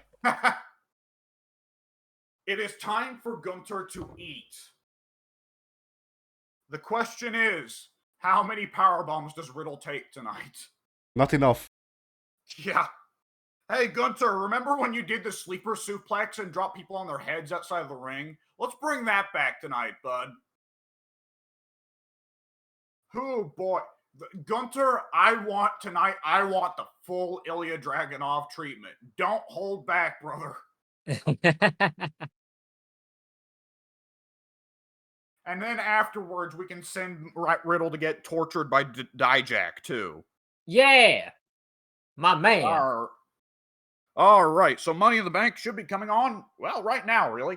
So, folks, Addy, say bye! Addy, say money! Addy, say yes!